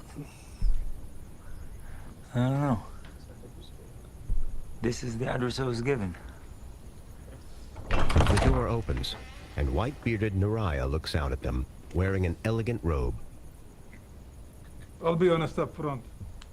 I only have 5 extra bedrooms, and 2 of them are drafty. Raya, they usually sleep on the ground. I think they'll be fine. Are you sure this isn't a problem? I'm dying anyways.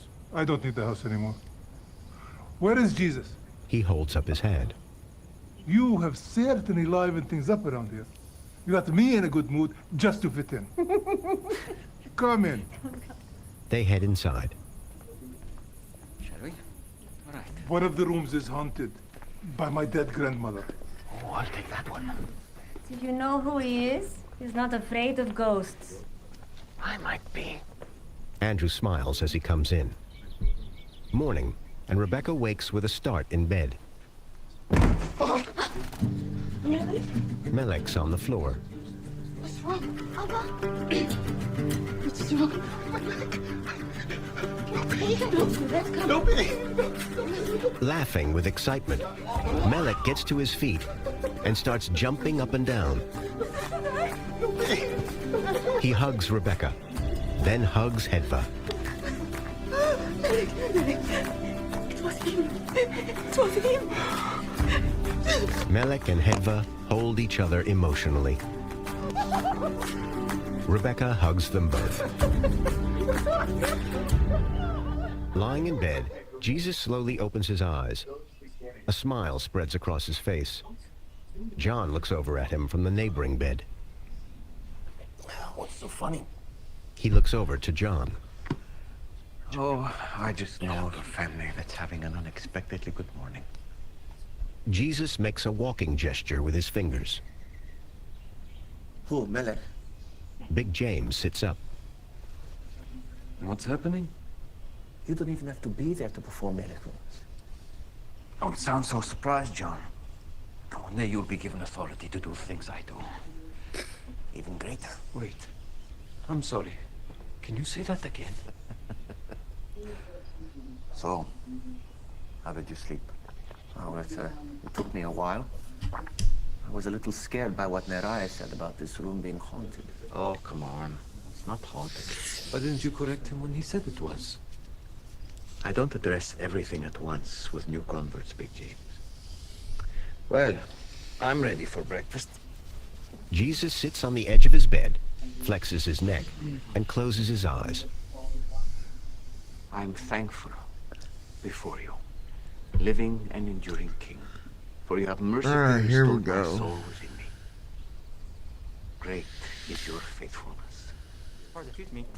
The breakfast table. The invitation from the treasurer stands. And the priest. The priest is a high risk, Only if he wants to fight over whose Torah is better. but a great reward if he believes. And don't forget the leper colony. Where are you going? For a walk. We haven't made our plans yet. Whatever the plans will be, I'm sure it will be a long day. And I need some time alone. You need protection. Enough with the protection. I'll be fine. I won't be long. But where can we find you?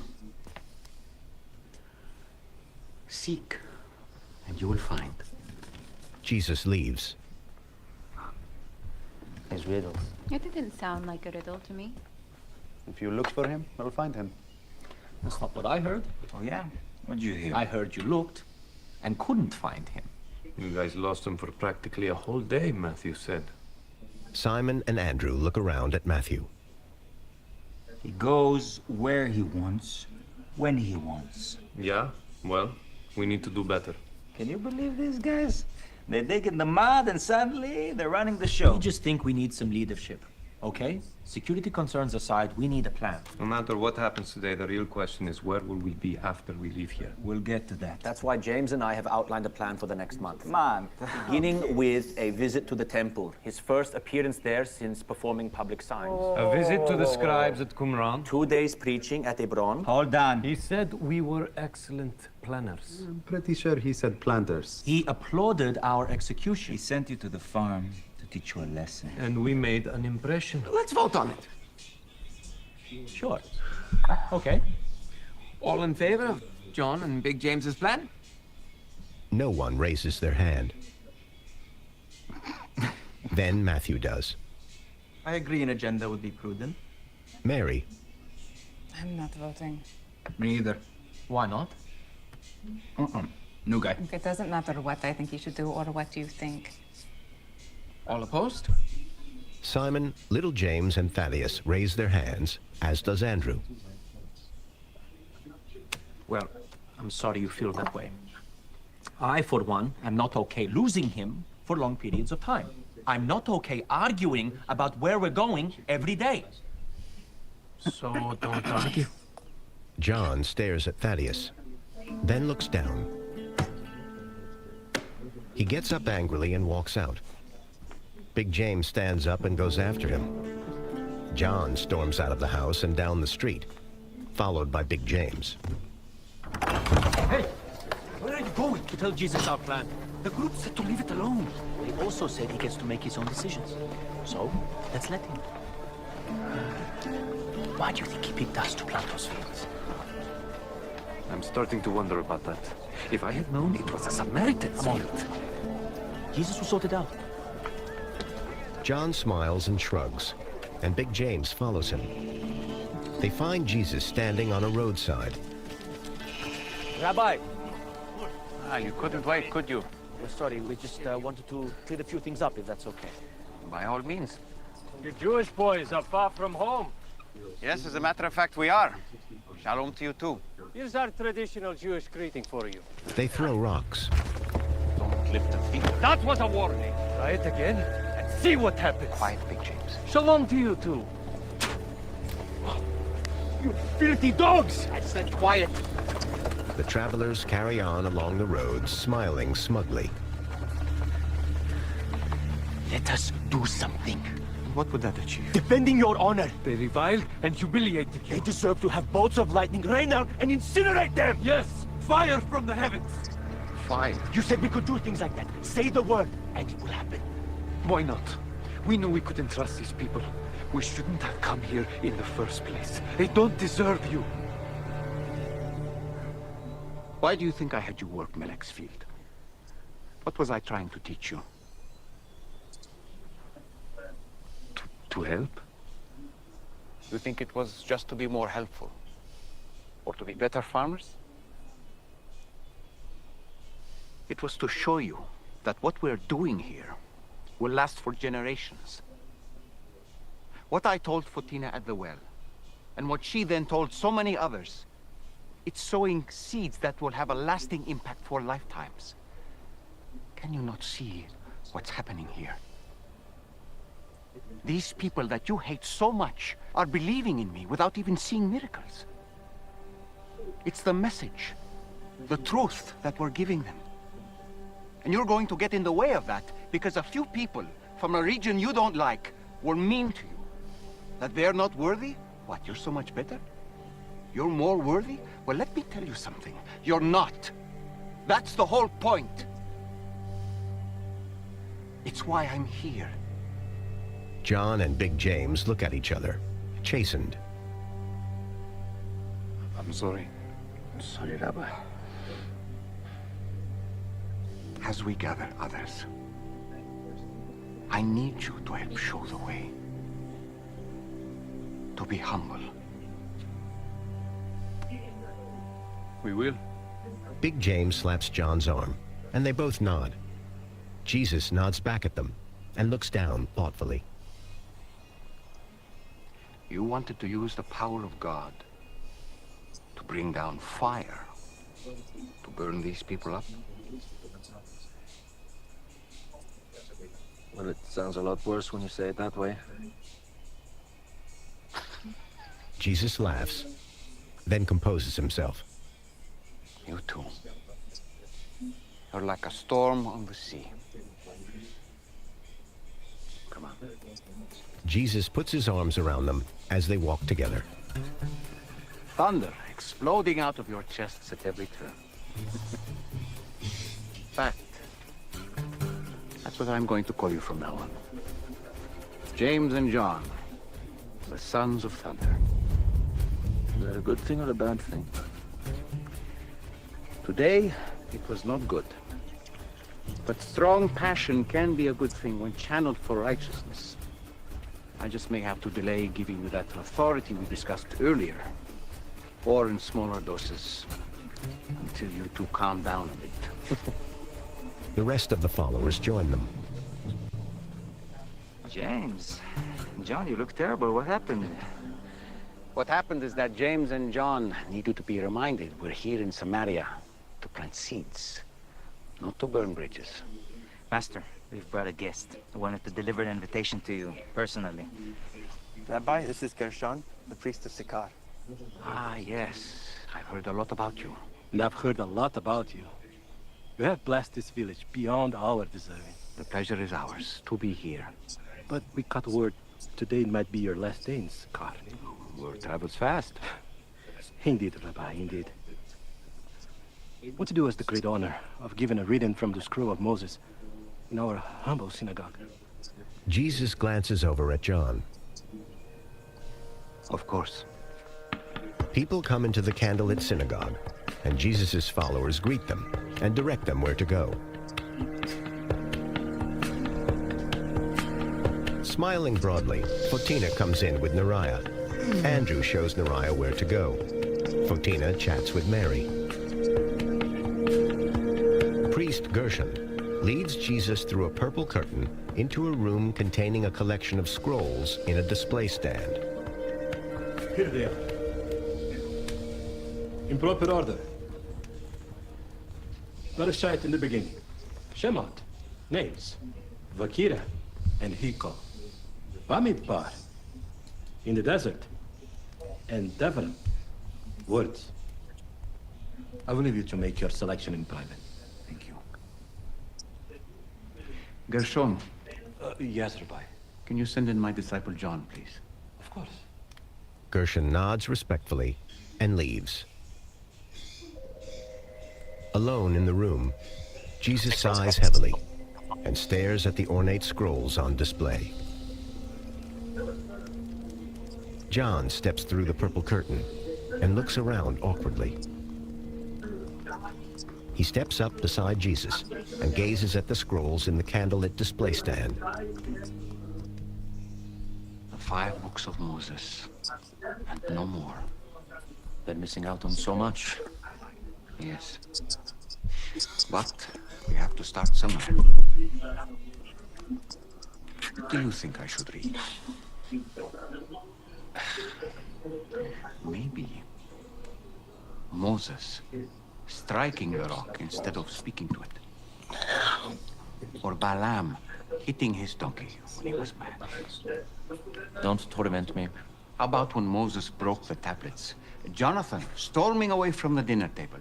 Samson striking down the men of Ashkelon. Oh, wait. They don't have those. I get it. I get it. I really am open to suggestions for the reading. I couldn't. After today, after yesterday, I do not feel very much worthy. Who's worthy of anything? You? But no man, apparently.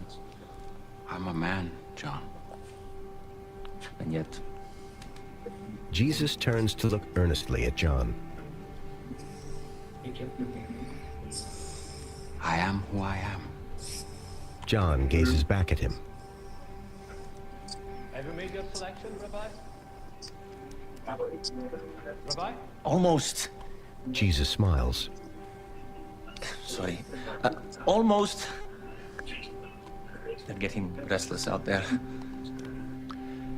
So, do you have a favorite passage from the first 5?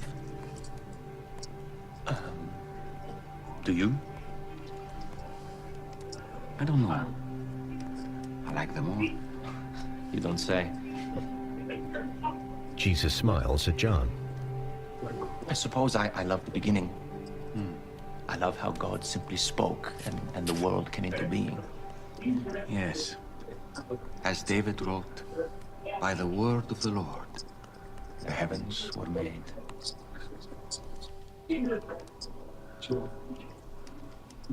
You know, the Greeks use word to describe divine reason. What gives the world form and meaning. I like that. And it is a favorite memory. Jesus carefully takes a scroll in a dark red cover embossed with a gold menorah. He carries it into the main room where his followers, rabbis and other people, stand waiting for the reading. Jesus steps up to a lectern and slides the scroll out of its cover. Melech, Hedva, and Rebecca come in, and Fotina welcomes them. Mary smiles at Hedva and Rebecca as they stand beside her. Jesus unrolls the scroll, and Melech looks around, smiling nervously at the other people. Andrew moves, so Melech can come and sit down among the male apostles. Jesus notices Melech and winks at him with a smile. Melech smiles back, and Jesus looks around at the gathered people.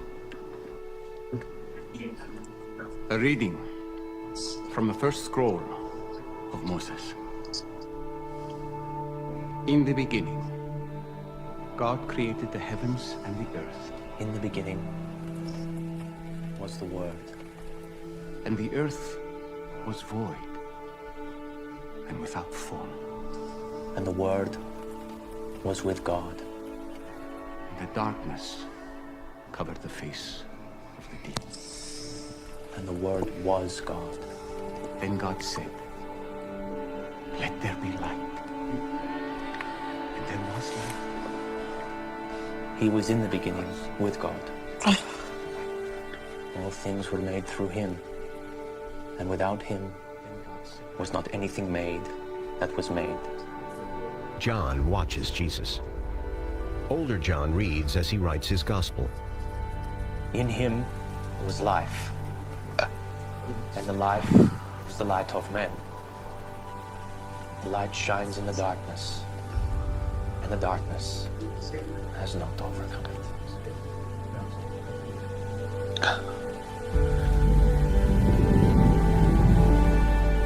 John looks to his window as lightning flashes in the night sky.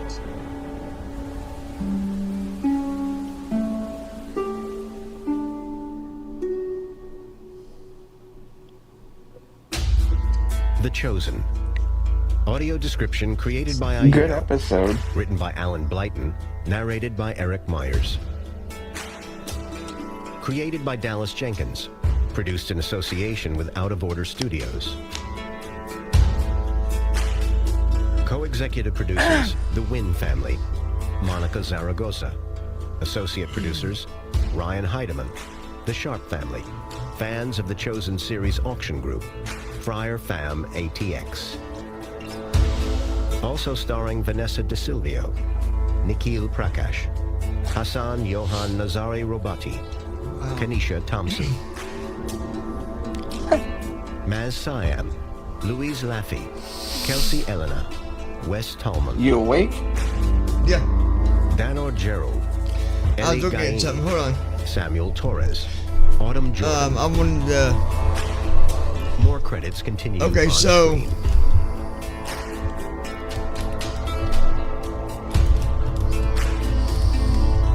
First, let's stop this. Okay. So, we were talking about it earlier, you guys, and I do believe that you can pick things up from just listening to stories like this, and to me, that's the whole purpose. Like the whole purpose of this, of every series, every season, every one of these shows. It's more than it just being, oh well, they're doing it because it's about this, and this. They're doing it for the education about God. Yeah, it's a teaching tool. Mm-hmm. And a good one at that. I mean, It is. Do you remember? Now, I never watched it because it's like I didn't even put 5 minutes of my eyes on it. Did you ever watch the one movie they came out with a long time ago? Passion of the Christ? Yeah. Yeah. Yeah. Did you ever watch that? I did. I didn't watch it because it's not in English at all, or it wasn't, unless they got an English version now. But Well, they do. They have a described version. The reason why it wasn't in English, they wanted to show what it was really like during that time, because people didn't speak English then. yeah, I know why. I know why it wasn't in English, but I'm just saying, like, No, I think if you want to watch it now, you can. They have an audio described version of it. Mm-hmm. And they're coming out with a part 2 next year called Resurrection of the Christ. Really? Yep. Same people as in Yep. Same people. Mm-hmm. That's amazing. No, I never did watch it, and I didn't really criticize or anything. I just didn't. I didn't watch it, but I definitely recommend it. It's it's just like if you get the chance, I recommend you listen to Left Behind because that is a powerful. I have listened to that. No, not you. I'm talking about everybody people else watching, silly guy. Yeah. It's really good, and it definitely gets you thinking in more ways than one. Yeah, it did me. Long time ago when I watched it. So if you get a chance to watch it, I'm going to recommend that you do, because it's it's worth it. It's definitely worth it. So make sure you check it out. Anyway, that is all we got for you tonight. Next week we will Sunday we will continue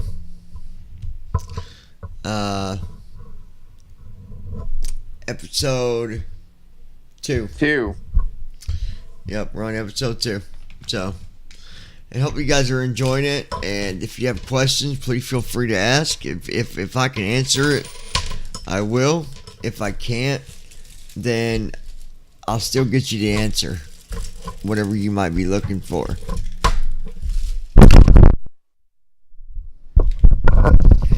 So his mic drops. No, I'm just kidding. I didn't drop my mic. I know, I was kidding. Anyway, if you got questions, you can ask, and I'll get the answer if I can. So, anyways, guys, I appreciate you, and Brandon is going to lead prayer tonight because he never does, so we're going to let him do it for once. Okay. Heavenly Father, we thank you for allowing us to gather and to... Don't you want to make sure that, don't you want to make sure no one's got prayer requests, or do you got prayer requests? I personally don't have any, but does anybody have any prayer requests? Then just wait a second. Let me see if anybody says anything.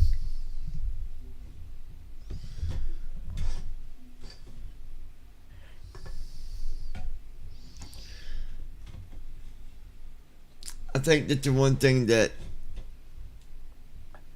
probably one of the best things to pray about is that we continue to deliver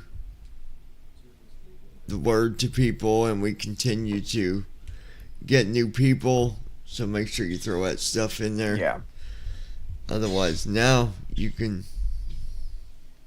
go ahead. Okay, Heavenly Father, we thank you for allowing us to come together again for another wonderful evening of Bible study and watching The Chosen and soaking in your word. I pray that we are delivering a good message and we can get new people and grow this so we can have more people receive your word. I pray for Launch Point Community Church and their fundraiser and what they're doing to raise money to grow the church and to get new people into the church. I also pray for Johnny and his family and my family, and to make sure that they're in good health, and to watch over everybody and pray for our leaders to help guide them to do the right thing and make the right decisions. And in Jesus' name I pray, amen.